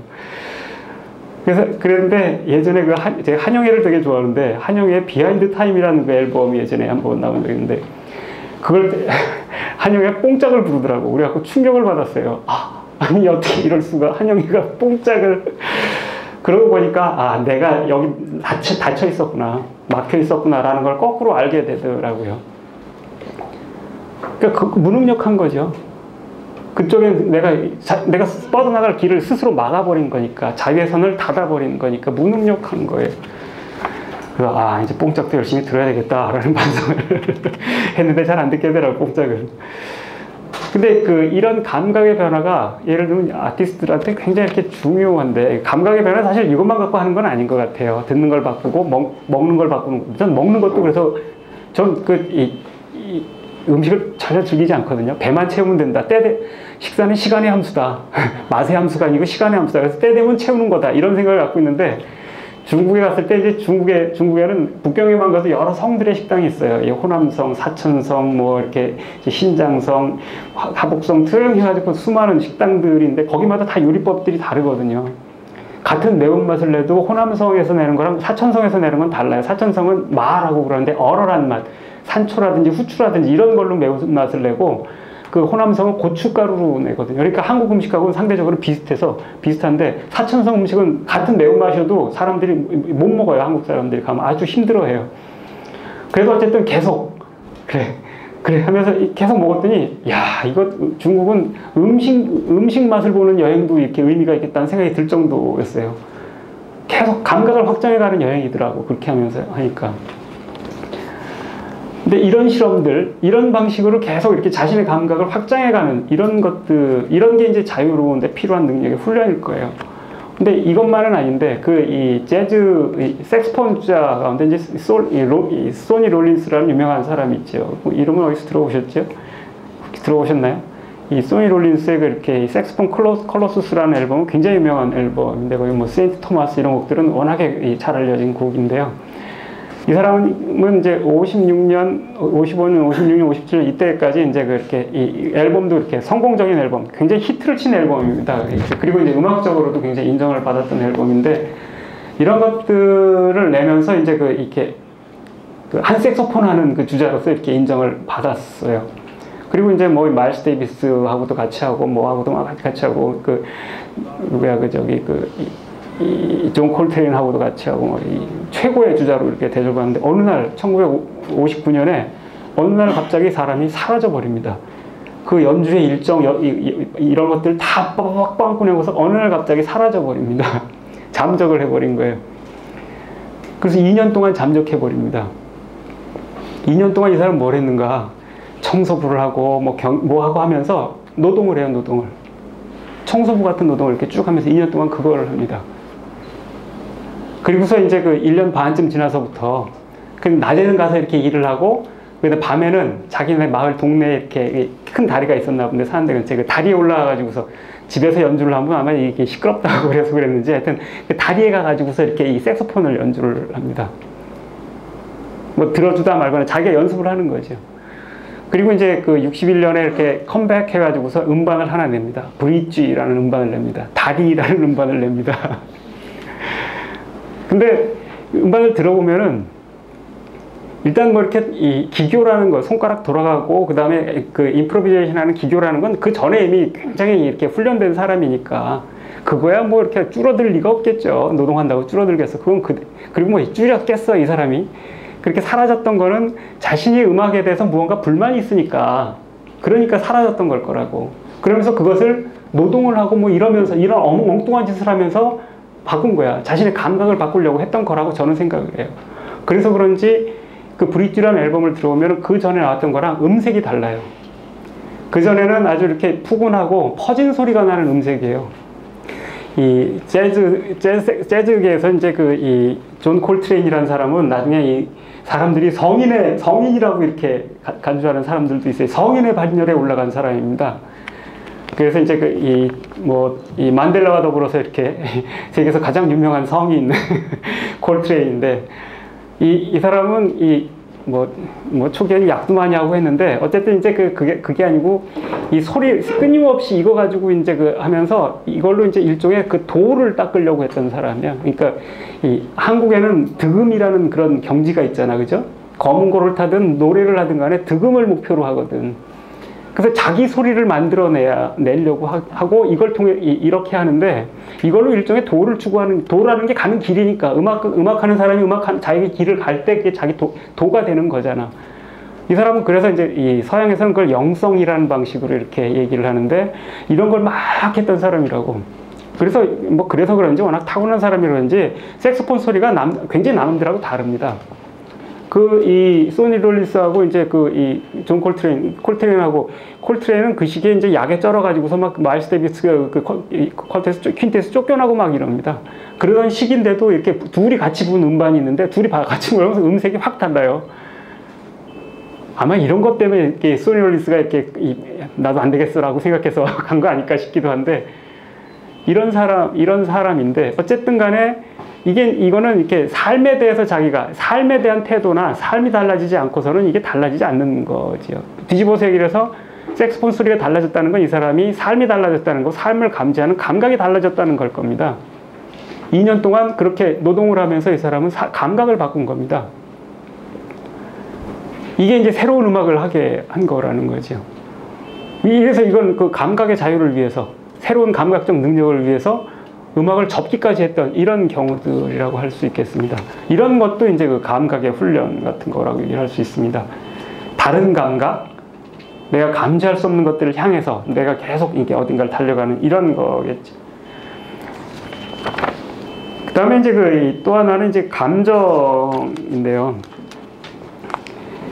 이 감정이라고 하는 것은 어떤 때 보면 굉장히 이렇게 불편해서 없었으면 좋은 거 이런 거 같은 생각이 들지요. 특히 도박할 때는 그게 없었으면 그게 없는 이상적인 상태가 있죠. 포커페이스라고 부르는 감정이 드러나지 않는 그런 상태, 뭐 이런 것들을 추구를 하는데, 뭐 분노의 감정, 슬픔의 감정 이런 걸 생각하면 없었으면 좋겠지만 사실은 우리가 사는 건 기쁨의 감정 때문에 사는 거기도 하잖아요. 그리고 기쁨의 감정 때문에 무언가 미쳐서 하면서 계속 고양대에 올라가면서 무언가를 잘하게 되는 거라서, 그리고 이제 이걸 계속 도박하는 사람이 이걸 계속 할 건데가 만가 판단하는 거는 감정과 관리된 그 뇌의 부분이 생산되면 못한대요. 계속 잃는데도 계속 끝나지 않고 계속 한대, 다 잃을 때까지. 그러니까 그래서 감정적인 판단은 사실 굉장히 중요한 겁니다. 그런 건데, 감정적인 판단은 그런 만큼 이렇게 감정이라고 하는 것은 많은 경우 외부의 자극, 내가 안에서부터 감정이 일어나는 일, 이런 것보다는 바깥에서 오는 자극 때문에 일어나는 일이 많아요. 그렇기 때문에 감정은 굉장히 리액티브하기 쉽습니다. 리액티브하다는 건 뭔가 액티브한 거와의 반대인데, 액티브는 능동적인 거라면 리액티브는 반동적인 거예요. 뭐 물리학에서라면 하나는 작용, 하나는 반작용이라고 하겠지만, 그거보다는 이제 능동 반동인데, 왜 반동이라고 얘기를 하냐면은, 그러니까 리액티브하다라는, 예를 들면 이제 분노나 미움이나 화 이런 감정들은 대부분 다 반동적 감정입니다. 뭐 여러분 가운데 혹시 나 화내야 되겠어라고 결심해서 화내본 적 있으세요? 그런 일은 없죠. 화라는 건 무언가 나에게 다가온 거에 대해서 액티브하게 다가온 거에 대해서 리액션하는 반응으로 나타나는 거죠. 그래서 화는 아무리 이렇게 어떤 종류의 화든 다 반동적이에요. 사실 들어보면 다 화낼 만한 이유가 충분히 있고, 더구나 100명이 들어서 100명이 다 너 화낼 만한 이유가 있다라고 할 때에도 화는 반동적 감정이에요.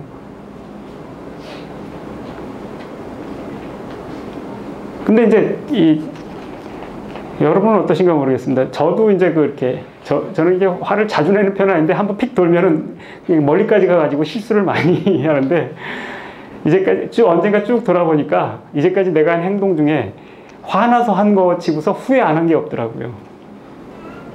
아무리 화날 이유가 있는 거라도 화나서 내가 화난 감정으로 행한 것들은 대부분 모두 다 후회할 것들이더라고요. 그리고 화났을 때 한 생각들은 나중에 보면 내가 그런 생각을 했었나? 쑥스럽게 만드는 이런 것들, 바보 같은 생각들이 대부분이더라고요. 그래서 감정이라는 게 굉장히 중요한데, 거꾸로 굉장히 위험한 거기도 한 거예요. 나를 확 잡아 끌면서 반동적으로 무언가를 하게 만드는 거예요. 무언가에 반동하는 거는 그거 싫어 라는 방식으로, 너 싫어 저리 가 라는 방식으로 하는 거기 때문에 긍정적인 것이 되기가 힘듭니다. 많은 경우는 이렇게 또 다른 반동적인 감정을 일으키면서 서로 상승하면서 이 상대방과 적이 돼가는 관계가 이제 만들어지게 됩니다. 그렇기 때문에 이제 이 화나서 하는 행동은, 그러니까 전 나중에 근데 이제 이 화가 안 일어나면 좋은데, 이건 이렇게 수행을 해서 득도를 하면은 이렇게 화가 안 난답니다. 누가 와서 엄하게 귀찮게 이유 없이 때렸어? 뭐 이러고 끝난답니다. 근데 그거야 제가 추구할 경지는 아닌 것 같고, 보통 우리들이 이렇게 얘기할 수 있는 그 경지는 아니지요. 그래서 저는 거기까지는 안 돼도, 언제 한번 그런 결심을 한 적이 있습니다. 화났을 때는 가능한 한 말하지 말자. 화났을 때 뱉은 말들은 항상 남을 자극해서 또 화나게 만들어서 아주 나쁜 일을 증폭시키더라고요. 그리고 화났을 때 한 생각은 절대 믿지 말자. 화가 사라진 다음에 판단하고, 화났을 땐 판단하지 말고 화났을 때 한 판단은 믿지 말자. 이렇게 생각을 했었어요. 화났을 때 한 행동은 내가 아무리 남한테 액티브한 것처럼 보이는 행동, 공격적인 행동을 할 때에도 그것은 액티브한 게 아니라 리액티브한 거예요. 자유로운 행동이 아니에요. 내가 선택해서 하는 행동이 아니에요. 이게 무슨 자유겠냐고. 날 찍은데 거기 쭉 반응하는 게 무슨 자유겠어요. 그죠? 정확하게 자유에 반대되는 거예요.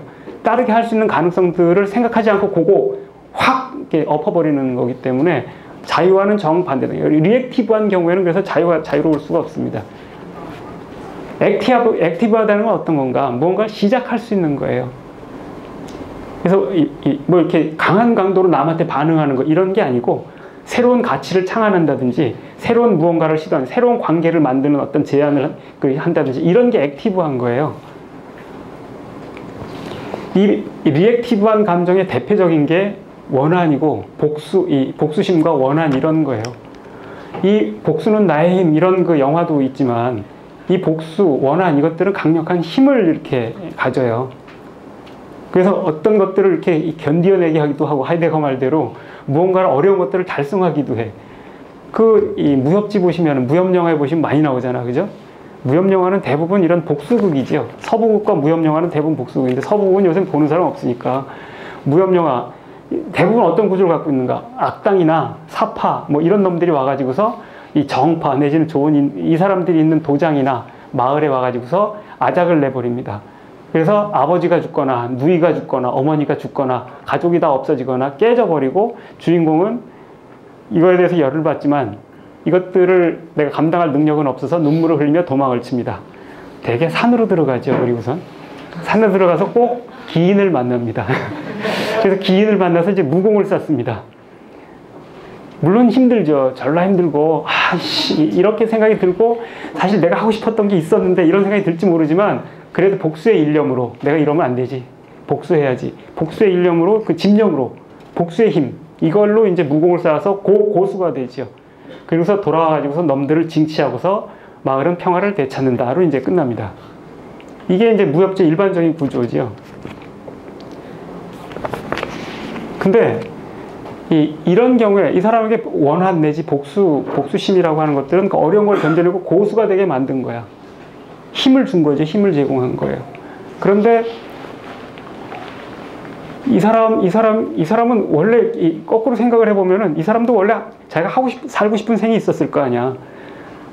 뭐 그림을 그리고 싶었을 수도 있을 거고, 악사가 되고 싶었을 수도 있고, 아니면 춤을 추고 싶었을 수도 있고, 아니면 농사를 짓고 싶고, 평화롭게 농사 짓고 싶은 삶을 살고 싶었을 수도 있다고. 그런데 원한에 딱 이렇게 사로잡힌 순간, 이건 다 지워졌죠. 이 사람은 복수를 위해서 자기 생을 바치게 된 거죠.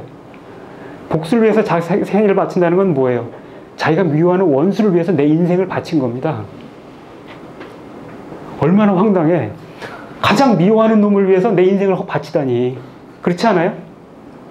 그 다음에 또 하나는 대부분 여기서 이제 복수극이 여기서 끝나는데 이게 아주 치명적인 약점인데 이 약점을 이렇게 보완해주는 이 약점을 위해서 한 걸음 더 나가면서 그 다음을 보여준 게 있습니다. 올드보이라는 복수극입니다. 올드보이는 많이 보셨죠? 그거 보면은 이렇게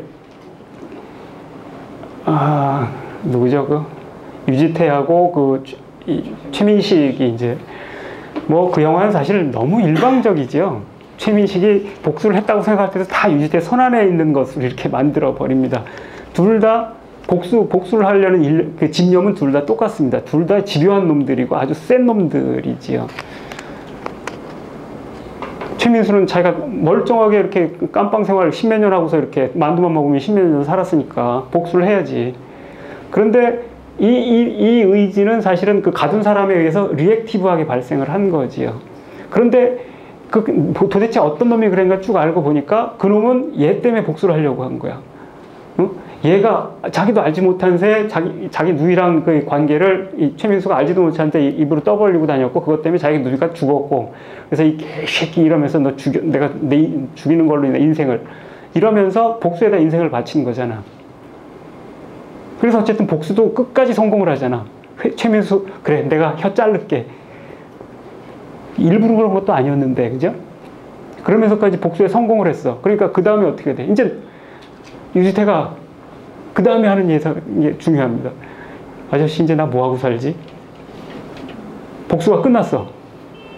이제 복수가 끝났으니까 이제 나 뭐하고 살지? 여태까지 복수를 위해서 살았는데 복수가 더 이상 할 수 없을 거지 완벽하게 다 끝났어. 이제 그 다음에 이 사람은 뭘 하고 살 수 있을까? 그 질문이에요. 뭘 하고 살겠어?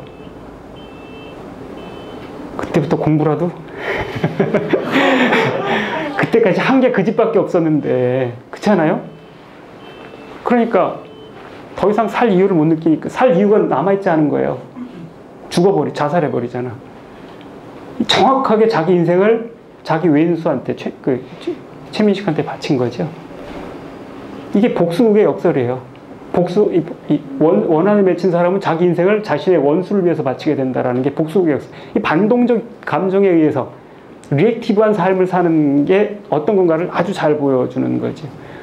뭐 이렇게까지는 안 된다 하더라도 사실 뭐 이렇게 무협지에서 이 사람이 와가지고서 마을을 평정했다. 그 다음에는 이 사람은 그 다음에 거기서 뭘 하고 살까를 똑같이 질문해 보면은 자살은 안 할지 모르겠는데 이 사람이 이제 거길 지배하는 그 실권자가 됐으니까 사람들을 다스리며 살아야 될까? 그럴 리가 없어요. 그런 훈련을 해본 적이 없잖아. 복수하는 싸움질밖에 해본 게 없는데 복수가 끝난 다음에는 이 사람은 이제 무효한 사람이 되는 거예요. 복수는 언제나 자기 복수가 끝나는 순간 이 사람은 더 할 게 없어지는 이런 걸로 끝나요. 대부분 그리고 그게 단기간에 안 이루어지기 때문에 자기 인생을 온통 다 바쳐야 되기 때문에 사실은 자기 인생을 포기한 게 되는 겁니다. 자유? 이렇게 복수 하나로 쭉 가는 사람이 무슨 자유? 뭐가 들어와도 자기가 선택지는 없어요. 수많은 선택지가 있어도 이 반동적 감정이나 원한의 감정에 쌓였으면 할 수 있는 선택지는 하나밖에 없어요. 복수밖에 없어요. 극단적인 부자유 속에서 사는 거예요. 그런 점에서 이렇게 이 반동적 감정을 넘어설 수 있는 거. 근데 능동적 감정을 갖고 능동적 방식으로 산다는 건 어떤 건가? 제가 이제 평소에는 안 그런데, 뭐 이렇게 제가 이렇게 굉장히 이렇게 존경하는 선생님이 한 분 계십니다. 지금도 이제 계신데, 올해 정년 퇴임인가를 하셨는데, 물론 이제 저랑 뭐 정치적 입장도 똑같지는 않고, 그 양반은, 저는 신좌파, 그 양반은 구좌파, 뭐 이렇고, 이렇게 다른 입장을 가지신 분이에요. 근데 워낙에 그 사람이 좋고 권위적이지 않고, 굉장히 이렇게 영향력이 있는 자리에 있는데도 권위적이지 않고, 항상 웃음소리도 그래서 헤헤 하고 웃으세요. 권위라고는 전혀 없는 방식으로 웃으시는 양반이고, 너무 심성도 좋고, 이게 정말 좋으신 분이라 존경하는 분인데, 그래서 이제 엔간하면 이분 하는 일을 도와드린다, 혹은 같이 한다, 이런 생각을 가지고 있었는데, 그러다 보니까 이 일 저 일 같이 하게 되는데, 하는 일이 다 잘 될 리가 없잖아. 그죠? 조금 하다 보면 한 6개월, 8개월 지나고 나면은, 도대체 내가 이걸 계속 하고 있어야 되나? 나도 바쁜 사람인데, 이런 생각이 드니까, 그래서 하던 걸 하나 둘 접고서 이렇게 물러왔더니 어느 날 이 양반 만나는데 항상 보면 웃으시는 양반이 얼굴을 외면하더라고요. 삐진 거지. 세간의 언어로 삐진 거지. 근데 그렇게 하는 순간 당황했지만 이유는 알겠더라고. 이 양반하고 같이 시작했던 몇몇 일들을 내가 이렇게 몇 개, 두세 개 이렇게 안 하면서 그냥 안 나가 버렸거든. 그러니까 이것 때문에 이제 화가 나셨겠죠. 서운하시기도 화가 나셨으니까.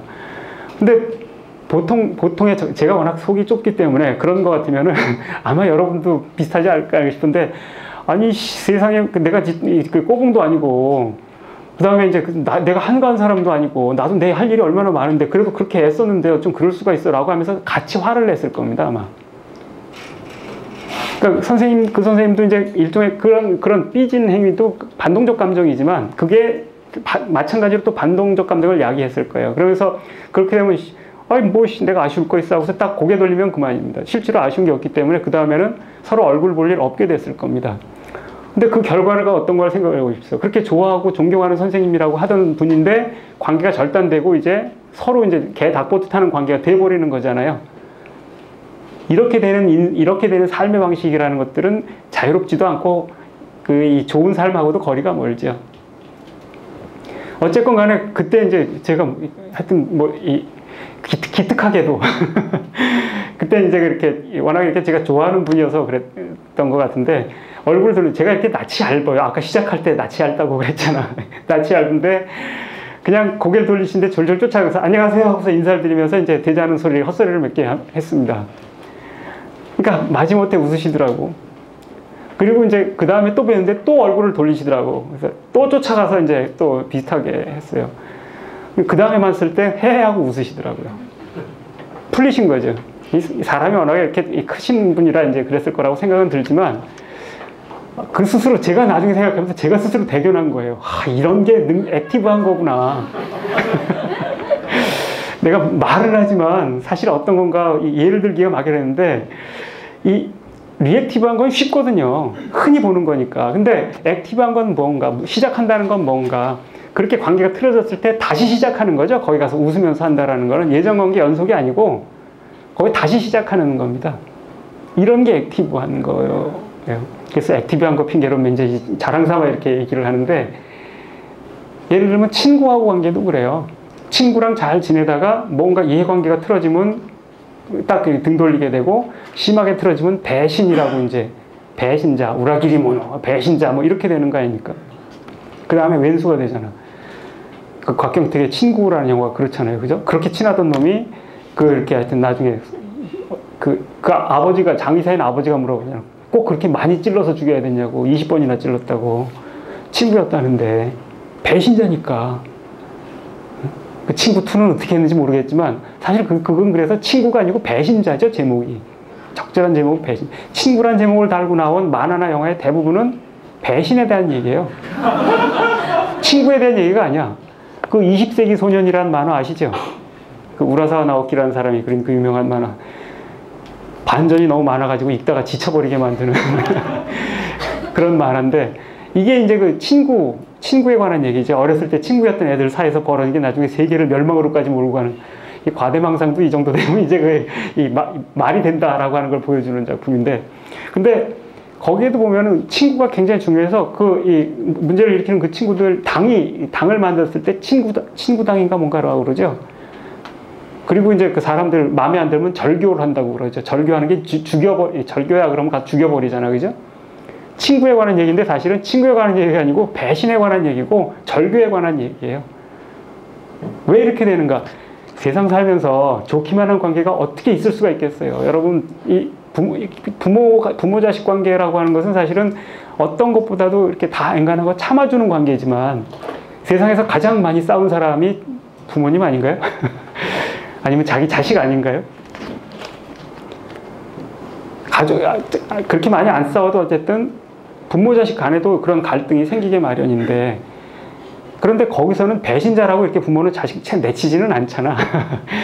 마음에 안 들어도 그냥 이렇게 안고 가니까 계속 가는 거지. 이게 안 그러면 이제 요새는 뭐 이렇게 많이 왼수가 되나요? 어쨌든 이제 그렇게 되는데, 친구 관계도 그렇죠. 아무리 좋은 사이라 그래도 살다 보면 갈등이라는 게 안 생길 수가 없어요. 충돌이 안 생길 수가 없는데, 그 충돌이 생기는 순간 쳐내기 시작하면 이 반동적 감정이죠, 이게. 그러면 이제 배신자가 되는 거고, 저 새끼는 하면서 이렇게 등을 돌리게 되는 거죠. 이런 게 반동적 감정이, 이렇게 반동적 감정이 관여하는 순간 친구는 사실은 정의상 이 시간을 길게 보면 한 명도 남아날 수 없습니다. 한 번에, 우리들 인간이라는 게 그렇잖아. 좋은 일 100개는 기억 안 해도 나쁜 일 하나는 기억하잖아요. 심리적으로도 그렇대요. 예전에 어떤 심리학자 이렇게 실험한 거 보니까, 어떤 사람을 이렇게 인파 속에 쭉 밀어내서 10명의 사람을 보내가지고서 한 5명은 좋은 자극을 주고 5명은 나쁜 자극을 줬답니다. 이게 다 통과한 다음에 어떤 일이 있었는가 기억을 했을 때 나쁜 거는 하나도 빠짐없이 다 기억하는데 좋은 자극은 하나 둘밖에 기억을 못 하더래요. 이게 사실 동물적인 것 때문에 그래요. 동물의 운동 능력이라는 건 사실 먹고 살기 위해서 생긴 건데, 그 동물들의 핵심적인 판단, 여러분들이 갖고 있는 뇌는 그래서 운동기관입니다. 운동기관. 운동하기 위해서 생긴 겁니다. 식물들에게 뇌가 없는 건 운동이 필요 없기 때문에 그런 겁니다. 선자리에서 다 해결이 되니까 뇌가 필요 없는 거예요. 뇌라는 건 그래서 딱 운동기관인데, 운동기관이란 먹이를 찾아가거나, 그래서 어떤 놈을 딱 봤을 때 먹이를 찾아가거나 도망가는 거예요. 어떤 놈을 딱 봤을 때 얼른 판단해야 돼. 얘한테 내가 덤벼들 건지, 아니면 도망가야 될 건지, 아니면 그냥 있어도 되는지. 이게 이 판단력이라고 하는 게 가장 1차적인 게 이겁니다. 그런데 어떤 게 더 강한 강도를 갖겠어요? 달려들어서 먹이를 잡아야 되기도 하겠지만, 이건 그렇다고 해서 치명적인 건 아니잖아. 또 잡으면 되잖아. 그런데 적 앞에서 도망가지 않으면 끝이에요. 한 번에 미스면 끝이에요, 그거는. 그렇잖아요? 한 번에 미스면 그냥 죽는 거야. 그러니까 당연히 나쁜 거에 대해서 훨씬 민감해진 거죠. 그래서 불행히도 우리는 나쁜 거에 훨씬 민감하고, 좋은 것은 둔감하거나 쉽게 있는 이런 특별한 능력을 타고났습니다. 그러다 보니까 왼수진 놈들은 절대 안 있지만 좋은 일 해준 사람들은 쉽게 있습니다. 그게 세상사를 힘들게 만들고 세상이 이렇게 나쁜 방향으로 흘러가게 하는 많은 이유잖아요. 바로 거기서 그 반동적 감정이 그때 사용이 되는 거예요. 딱 반응하는 게 중요하니까. 그런데 그런 것들에 계속 머문다면은 세상은 나와 등진 사람들로 가득 차게 될 것이고, 나는 사실 나와 등진 사람하고 뭘 해볼 가능성은 없죠. 내가 뭘 하고 싶어도 못 해요. 손 내밀고 싶어도 못 내민다고. 하려고 해도 안 돼. 스스로 접어버린 선택지 같은 거야, 그거는. 나중에 이제 후회 형태로 이제 다가오게 되죠. 이렇게 되면. 어쨌건 간에 이런 점에서 이런 그 반동적 감정, 이런 것들을 벗어나서 거기서 이제 그 등졌어도, 아, 제가 뭐 서운한 일이 있어도 이유가 있어서 그렇겠지. 혹은 뭐 지금 저렇지만 뭐 어쩌겠어, 뭐 할 수 없지 라고 하면서 다시 또 자기가 손을 내밀 때, 이런 게 능동적인 행위지요. 이런 게 능동적 감정, 이런 게 액티브한 거예요. 그렇게 하면은 서운한 일이 있어도 다시 관계가 금방 회복이 됩니다. 그 사람들이 서운한 일을 했을 때에도 자기가 서운한 일을 했다는 것에 대해서 미안한 감정은 다 가지고 있거든. 손 내밀어주면 대단히 감사해야 합니다. 대부분은 그러고서도 미안하면서 그래도 자기가 먼저 가기는 조금 체면이 얼굴이 안 서고, 자기가 미안한 짓을 했는데 어떻게 먼저 가서 용서해달라 소리 하는 게 쉬운 일이 절대 아니잖아요. 세상에 가장 어려운 일이 그거잖아. 그러니까 나한테 다시 손을 내밀어주면 얼마나 좋을까. 대부분 다 이러고서 살거든. 그러니까 손만 내밀면은 사실 관계는 금방금방 회복이 됩니다. 근데 그게 그렇게 힘든 거야. 한번 이렇게 등진 관계에 손 내미는 게 그렇게 힘든 거지요. 그래서 우리는 능동적인, 손을 못 내미니까 그 부자유스러운, 반동적 감정의 부자유 속에서 이제 사로잡혀 사는 겁니다. 근데 이것도 넘어서려고 훈련이 필요합니다. 해보지 않으면 못하는데 해보면 사실은 됩니다. 저도 많이 해봤어요.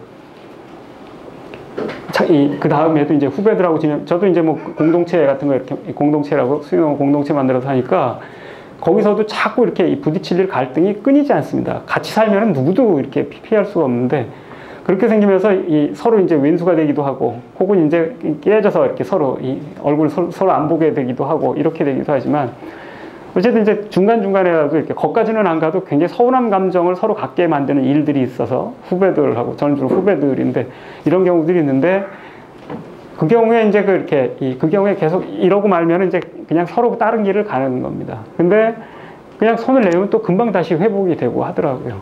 그런 점에서 사실은 생각보다 쉬운 일입니다. 하지만 생각하기가 굉장히 어려워서 생각을 잘 안 합니다. 이렇게 잘 안 하게 됩니다. 그냥 반동적 감정에 따라서 살게 됩니다. 근데 그렇게 되면은 자유롭기 힘듭니다. 반동적 감정을 넘어서 능동적인 행위로 자기가 이렇게 한 발 내딜 수 있는 이 능력이고, 이건 이것도 스스로 훈련해야 됩니다. 자신의 감정의 움직임을 보고 사람과의 관계를 보면서 자신이 계속 만들어가지 못하면은 그 반동적 감정의 그 벽에 갇혀버리고 맙니다. 그 다음에 뭐 이렇게 이 지성과 뭐 하나하나 다 하려니까 이게 너무 긴데, 지성과 관련된 얘기. 사실 이제 뭐 이 지성이라고 하는 것은 자유로우려면은 사실은 뭐 이건 이럴 거야 저럴 거야 내 마음대로 생각해가지고 세상이 그렇게 움직이지 않기 때문에 정말 이렇게 이 사태에 대해서 정확한 판단이 필요합니다.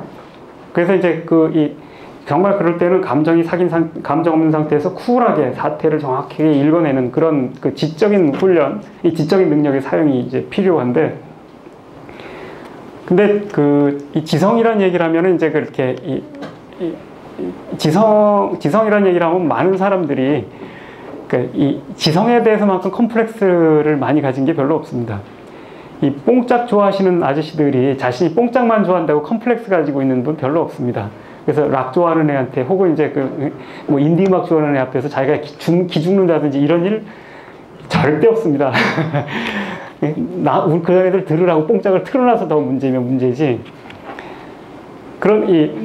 감정도 마찬가지죠. 자신이 이렇게 반동적 행위 혹은 이런 것들, 화내서 이런 거 했다고 자신이 내가 자꾸 감정에 휩싸여 뭐 이러면서 컴플렉스 갖는 분 있나요? 나는 무능한 것 같아. 이런 컴플렉스는 없어서 문제예요, 사실은. 근데 지성은 다릅니다. 지적인 얘기를 하면 이놈의 사회라고 하는 게 끊임없이 끊임없이 시험 보고, 그래서 계속 우열을 가리고 그레이드를 매기고 이러다 보니까 지성 얘기를 하면 사람들이 그냥 거기서 다 기가 죽고 맙니다. 대부분 시험 잘 보는 애들 말고는. 그리고 많은 경우가 고등학교와 대학교 들어갈 때 입학할 때의 성적, 이거 가지고 그 사람의 지적 능력 혹은 이 인간적인 능력까지 평가를 하는 게 지금 일반화되어 있습니다. 근데 사실은 저도 이 공부는 좀 해봤는데, 시험 잘 보는 거하고 공부 잘하는 거랑은 완전히 다른 능력입니다. 시험 잘 본 사람이 공부 잘하는 거, 그렇지 않죠. 고시는 잘 볼지 모르겠는데 공부시켜보면 그다지 잘 못합니다. 반대로 저는 공부 좀 하는데 시험만 보면 안 됩니다.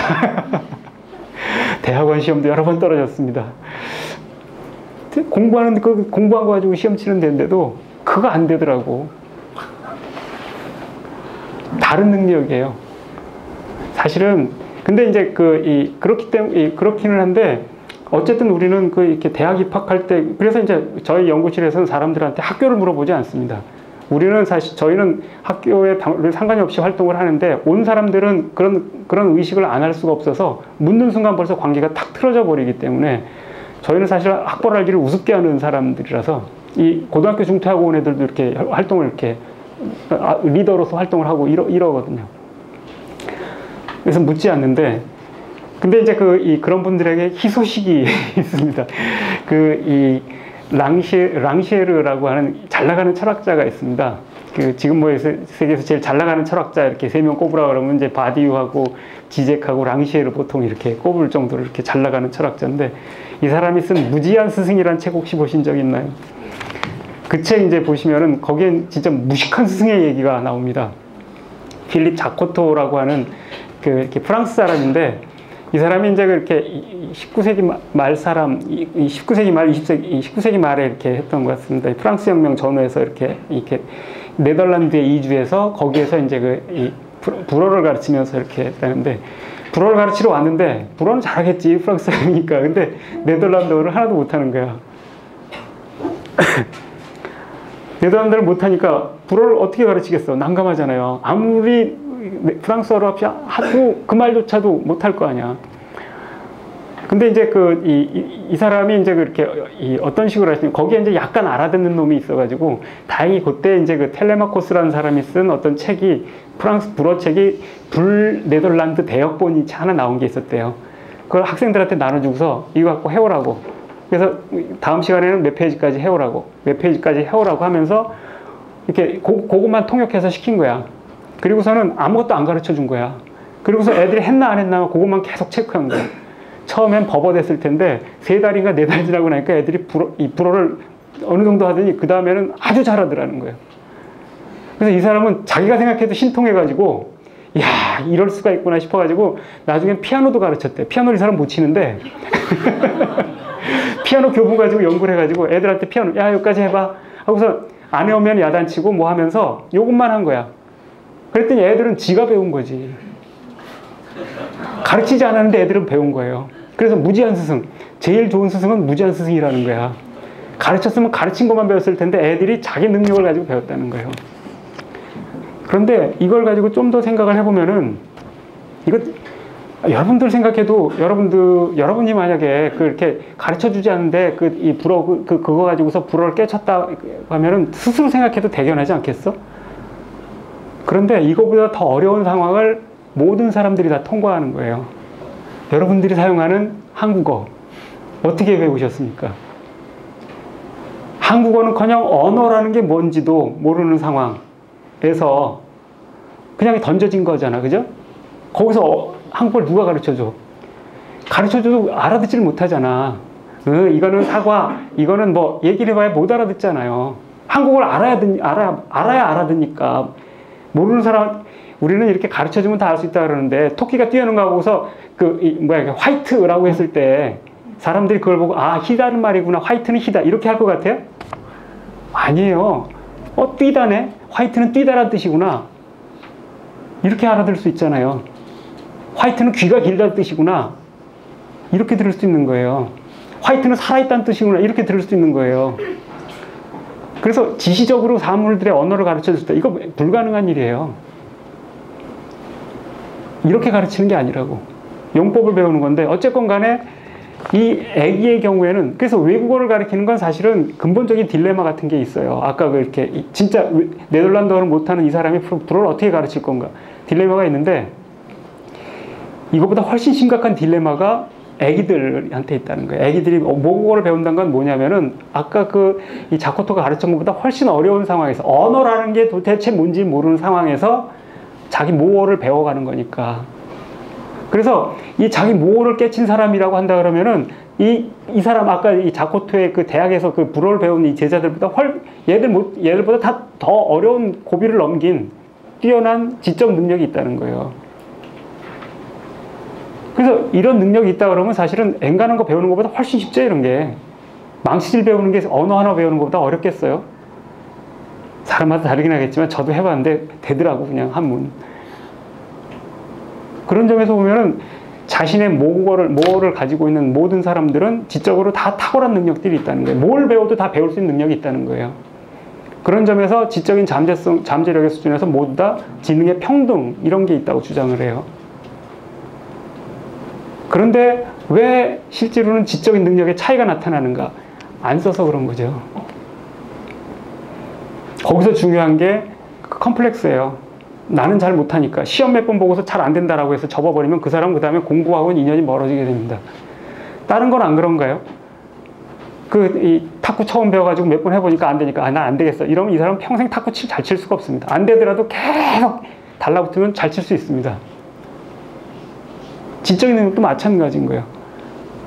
근데 거꾸로 이제 그 지적인 불평등이라는 것들을 만들어 놓고서 이것에 의해서 사람들이 지적인 능력들을 스스로를 과소평가하고 사용하지 않게 함으로써 무능함을 만들어내는 거죠. 그래서 지능을 사용해야 될 때 안 사용하는 거야. 누가 대신 판단해 주길 기다리는 거고.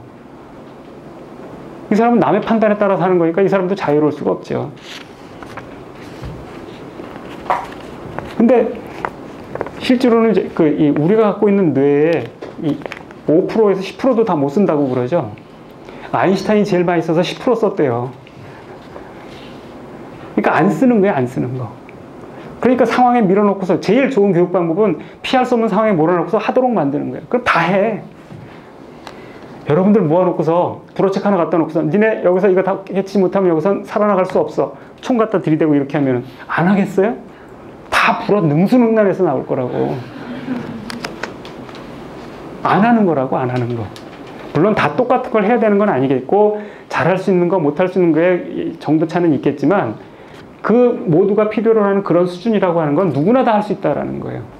자신의 자유를 구성하고 자신의 판단을 할 수 있는 그 수준은 누구나 다 그 지적 능력을 다 갖고 있는 거예요. 그런데 거꾸로 문제는 이 지성이라고 하는 것은 추론하는 방식으로 주로 이렇게 사고를 하는데 이거는 사실은 많은 경우에는 이 추론을 하면 할수록 판단이 자유와는 반대 방향으로 가는 경우가 많습니다. 왜냐하면은 추론이라는 건 전제되어 있는 어떤 것들이 딱 출발점이 있으면 그 출발점에 전제되어 있는 것만 쭉 찾아내는 거예요. 다른 거는 생각할 수가 없거든. 뭐 예를 전에 이렇게 몇 달 전에 보니까 프랑스에서 이렇게 어떤 한 노인네가 파리 성당, 노트르담 드 파리, 이 빅토르 위고가 이렇게 그 성당을 위해서 이 성당을 주인공으로 한 소설도 한 편 썼던 그 성당이죠.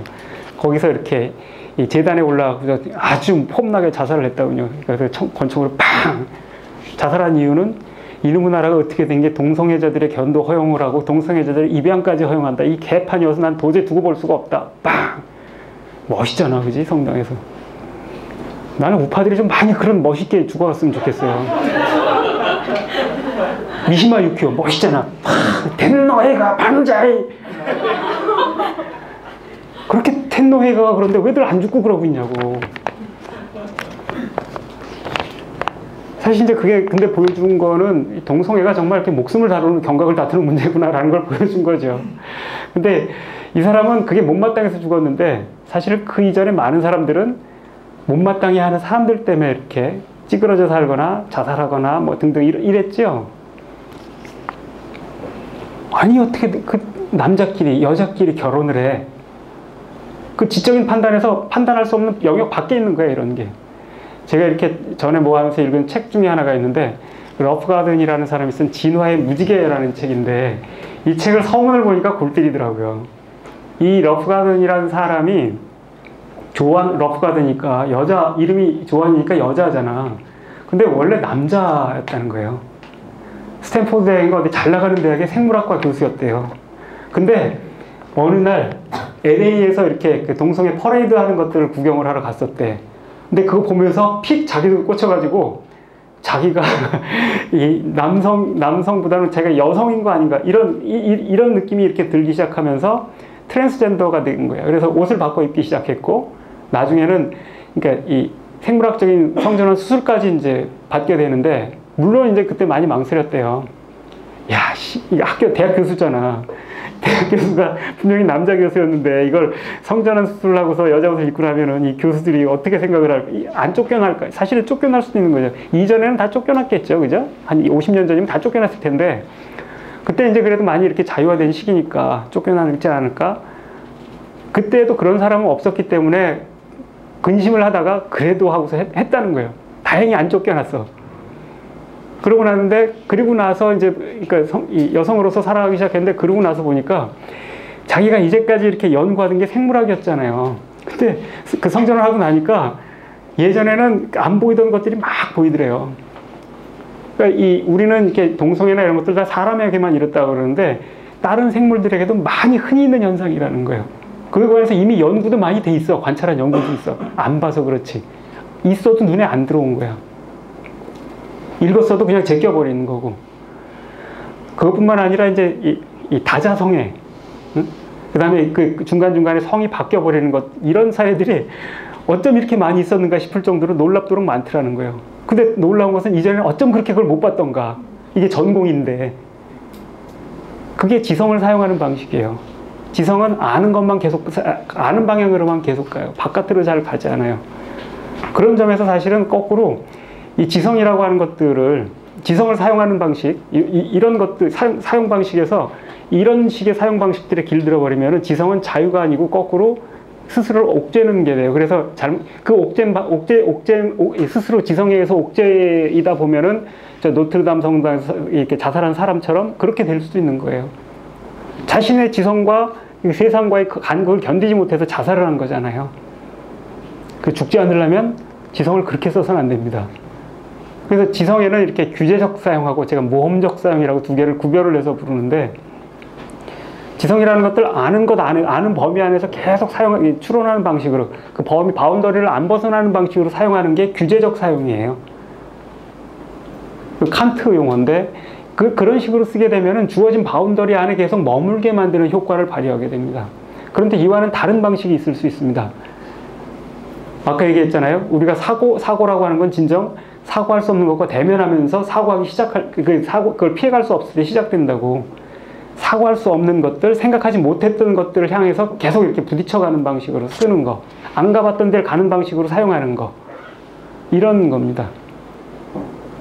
이 공각기동대라는 애니메이션에 이렇게 보면은, 거기 이제 주인공이 쿠사나기라는 이렇게 여자지요. 근데 이 여자를 노리고 이제 그 인형사라고 하는 프로그램, 이거는 이제 이 인공생명 같은 건데, 자기 스스로 이제 막 저기에서 이렇게 벗어나서 도망쳐 다니는 프로그램인데, 이게 이제 이 여자가 있는 공안 국가라고 하는데 이렇게 들어옵니다. 들어와서는 망명 신청을 합니다. 그 망명 신청을 하니까, 야, 너는 인간이 아니고 프로그램이야. 네가 무슨 망명 신청을 해. 그러니까, 이 인간이 기억을 자신의 외부에 이렇게 저장하기 시작했을 때, 그리고 그 기억으로부터 다른 변조의 가능성이 생겨났을 때, 여러분, 너희는 이렇게 이 생명이란 무엇인가에 대해서 다시 생각했어야 됐다. 이렇게 반박을 합니다. 자기는 생명이라는 거고, 인격을 가지고 있다는 겁니다. 어쨌든 인격은 아니어도 하여튼 생명체이고, 생명체이기 때문에 망명을 신청한다라는 거에 잡히지 않겠다라는 거고. 지금 물론 이제 무시되는데, 근데 이 친구가 이제 실제로 바랐던 거는 이 쿠사나기라는 친구랑 이렇게 접속을 해가지고서 섞이는 거였어요. 융합을 하는 거였어. 일종의 이 친구도 이제 사이보그화된 친구인데 섞이는 거였는데, 이 친구도 이제 그 이유도 모르지, 자기도 뭔가 매료돼가지고서 계속 이걸 이렇게 따라가서, 몸이 다 망가지는 지경까지 이제 따라가서 결국은 이렇게 섞게 되는데, 왜 섞으려고 하는가에 대해서 왜 나랑 결합하려고 했는가라고 하니까, 자기는 이 프로그램이, 이러저러해서 이런 프로그램이기는 하지만, 사실은 그 자체만으로는 이렇게 하나의 단일성밖에 갖고 있지 않기 때문에, 나는 복제는 얼마든지 할 수 있는데, 복제해봤자 똑같다라는 거예요. 그래서 하나의 바이러스나 하나의 이 방어 프로그램만 있어도 다 깨져버린다는 거예요. 다 멸종하고 만다는 거예요. 그래서 그러지 않으려면 변형들을 계속 만들어낼 수 있어야 된다는 거야. 그래서 근데 보니까 네가 애가 세고 해서 이제 너랑 이렇게 하려고 하는 거다. 그럼 이런 식으로 하고, 근데 이 친구는 그래서 이제 거기에 이제 맞춰서 이렇게 갑니다. 사실은 그 뒤에 뭐가 있을지 알 수 없는, 이 친구는 자기가 있던 공안 그 경찰이었는데, 경찰이 아니고 거기에 범죄자로 정의됐던 그놈하고 붙어가지고서 이 네트의 바닷속으로 들어갑니다. 거기서 이 사람은 자기가 모르는 것들을 향해서 자기를 이렇게 던져보는 겁니다. 이런 게 이제 그 이 모험적 사용이지요. 그 이 TV 시리즈에도 있는데 그 TV 시리즈에 보면 이제 타치코마라고 하는 그 인공지능을 가진 이 전차들이 나오는데 이 인공지능을 가진 놈들이 호기심이 굉장히 많습니다. 그래서 죽음이란 뭘까? 그건 디지털로 0에 비슷한 걸 거야. 뭐 어쩌고저쩌고 이러면서 이제 막 이러면서 그 명령을 그 명령과 상관없이 자기가 계속 어떤 것들을 이렇게 찾아 나서게 됩니다. 그래서 이제 나중에 이제 거기에서는 이 쿠사나기라는 친구가 이제 얘들 다 폐기 처분시켜버립니다. 그래서 다른 데로 다 보내버립니다. 왜냐하면은 얘들이 이런 식의 이렇게 새로운 호기심으로 인해가지고 계속 명령하지 않은 것들을 계속 이렇게 판단하고 하는 이런 식으로 지능을 사용하는 것은 이 과학자들의 실험에는 유용할지 모르지만 병기로서는 빵점이라고 통제가 안 되니까. 그래서 이제 폐기 처분해서 딴 데로 다 이렇게 어디 노인 요양원에 보내거나 다 이렇게 해버리는데 나중에 가면은 이 친구들이 이제 결정적인 역할을 하면서 이 사람들을 이렇게 살려내는 역할을 하게 됩니다. 이 친구들이 계속 그런 호기심에 자기가 모르는 것들을 계속 질문하고 이러면서 지능이 새로 변조되면서 새로운 것들이 돼버린, 생명체가 되어버린 거예요, 거의. 이런 거. 바로 이런 것들은 그래서 이제 이 프로그램이라고 하는 것조차도 이런 식의 변조의 과정을 거치면서 새로운 것들이 생성될 수 있다면 이거는 생명이라고 말하기 족하다라고 말하게 하는데 이게 뭔가 아니면 지성이라고 하는 건 바로 이런 방식으로 새로운 것들을 향해서 모험적으로, 탐험적으로 이제 계속 여기저기 던지면서 사용을 할 때만 사용을 할 때 기계들조차도 자유의 영역을 제공한다는 겁니다. 근데 많은 경우는 알지 못하는 것에 나가지 않는 거, 아는 것 안에 멈추기 위한 판단을 한다는 겁니다. 지성을 사용하는 아주 상이한 두 가지 방법이 있는 건데 어떤 식으로 사용해야 되는가? 자유의 능력을 위해서는 혹은 모험적 사용이라는 거 이런 것들을 해봐야 된다는 겁니다. 그런 점에서 어떻게 보면 거꾸로 그것은 지성으로부터의 자유, 지성 안에서의 자유가 아니고 지성으로부터의 자유 같은 것을 이렇게 추구하는 거라고 얘기를 할 수도 있겠습니다. 이런 것이 이제 대체적으로 능력에 관해서 이제 자유와 결부한 얘기인데 이제 이것과 더불어서 이제 이렇게 욕망에 관한 얘기도 하고 해야 될 게 많이 있지만 시간이 거의 다 된 관계로 일단 이 정도가 이제 그 자유와 관련해서 이런 능력들이 있고 이런 능력들을 이렇게 사용하는 법을 자기가 만들어 가야 된다라는 건데 그런 점에서 사실은 이렇게 이 자신의 능력, 자유롭기 위해서는 그냥 이 자유라는 것들을 내가 오면은 선택만 하는 거 이런 거라고 생각하면 절대로 자유롭게 살 수가 없다는 겁니다. 다가와도 내가 선택할 수 없는 이 무능력을 피하기 위해서 나를 끊임없이 새로운 것들, 낯선 것들, 이질적인 것들, 안 가본 것들을 향해서 계속 감각과 감정과 지성 이런 것들을 던져보는 이런 실험 이것이 이제 이렇게 이 자유를 훈련하는데 굉장히 필요한 훈련이다라고 하는 겁니다. 일단 제 얘기는 여기까지 하겠습니다.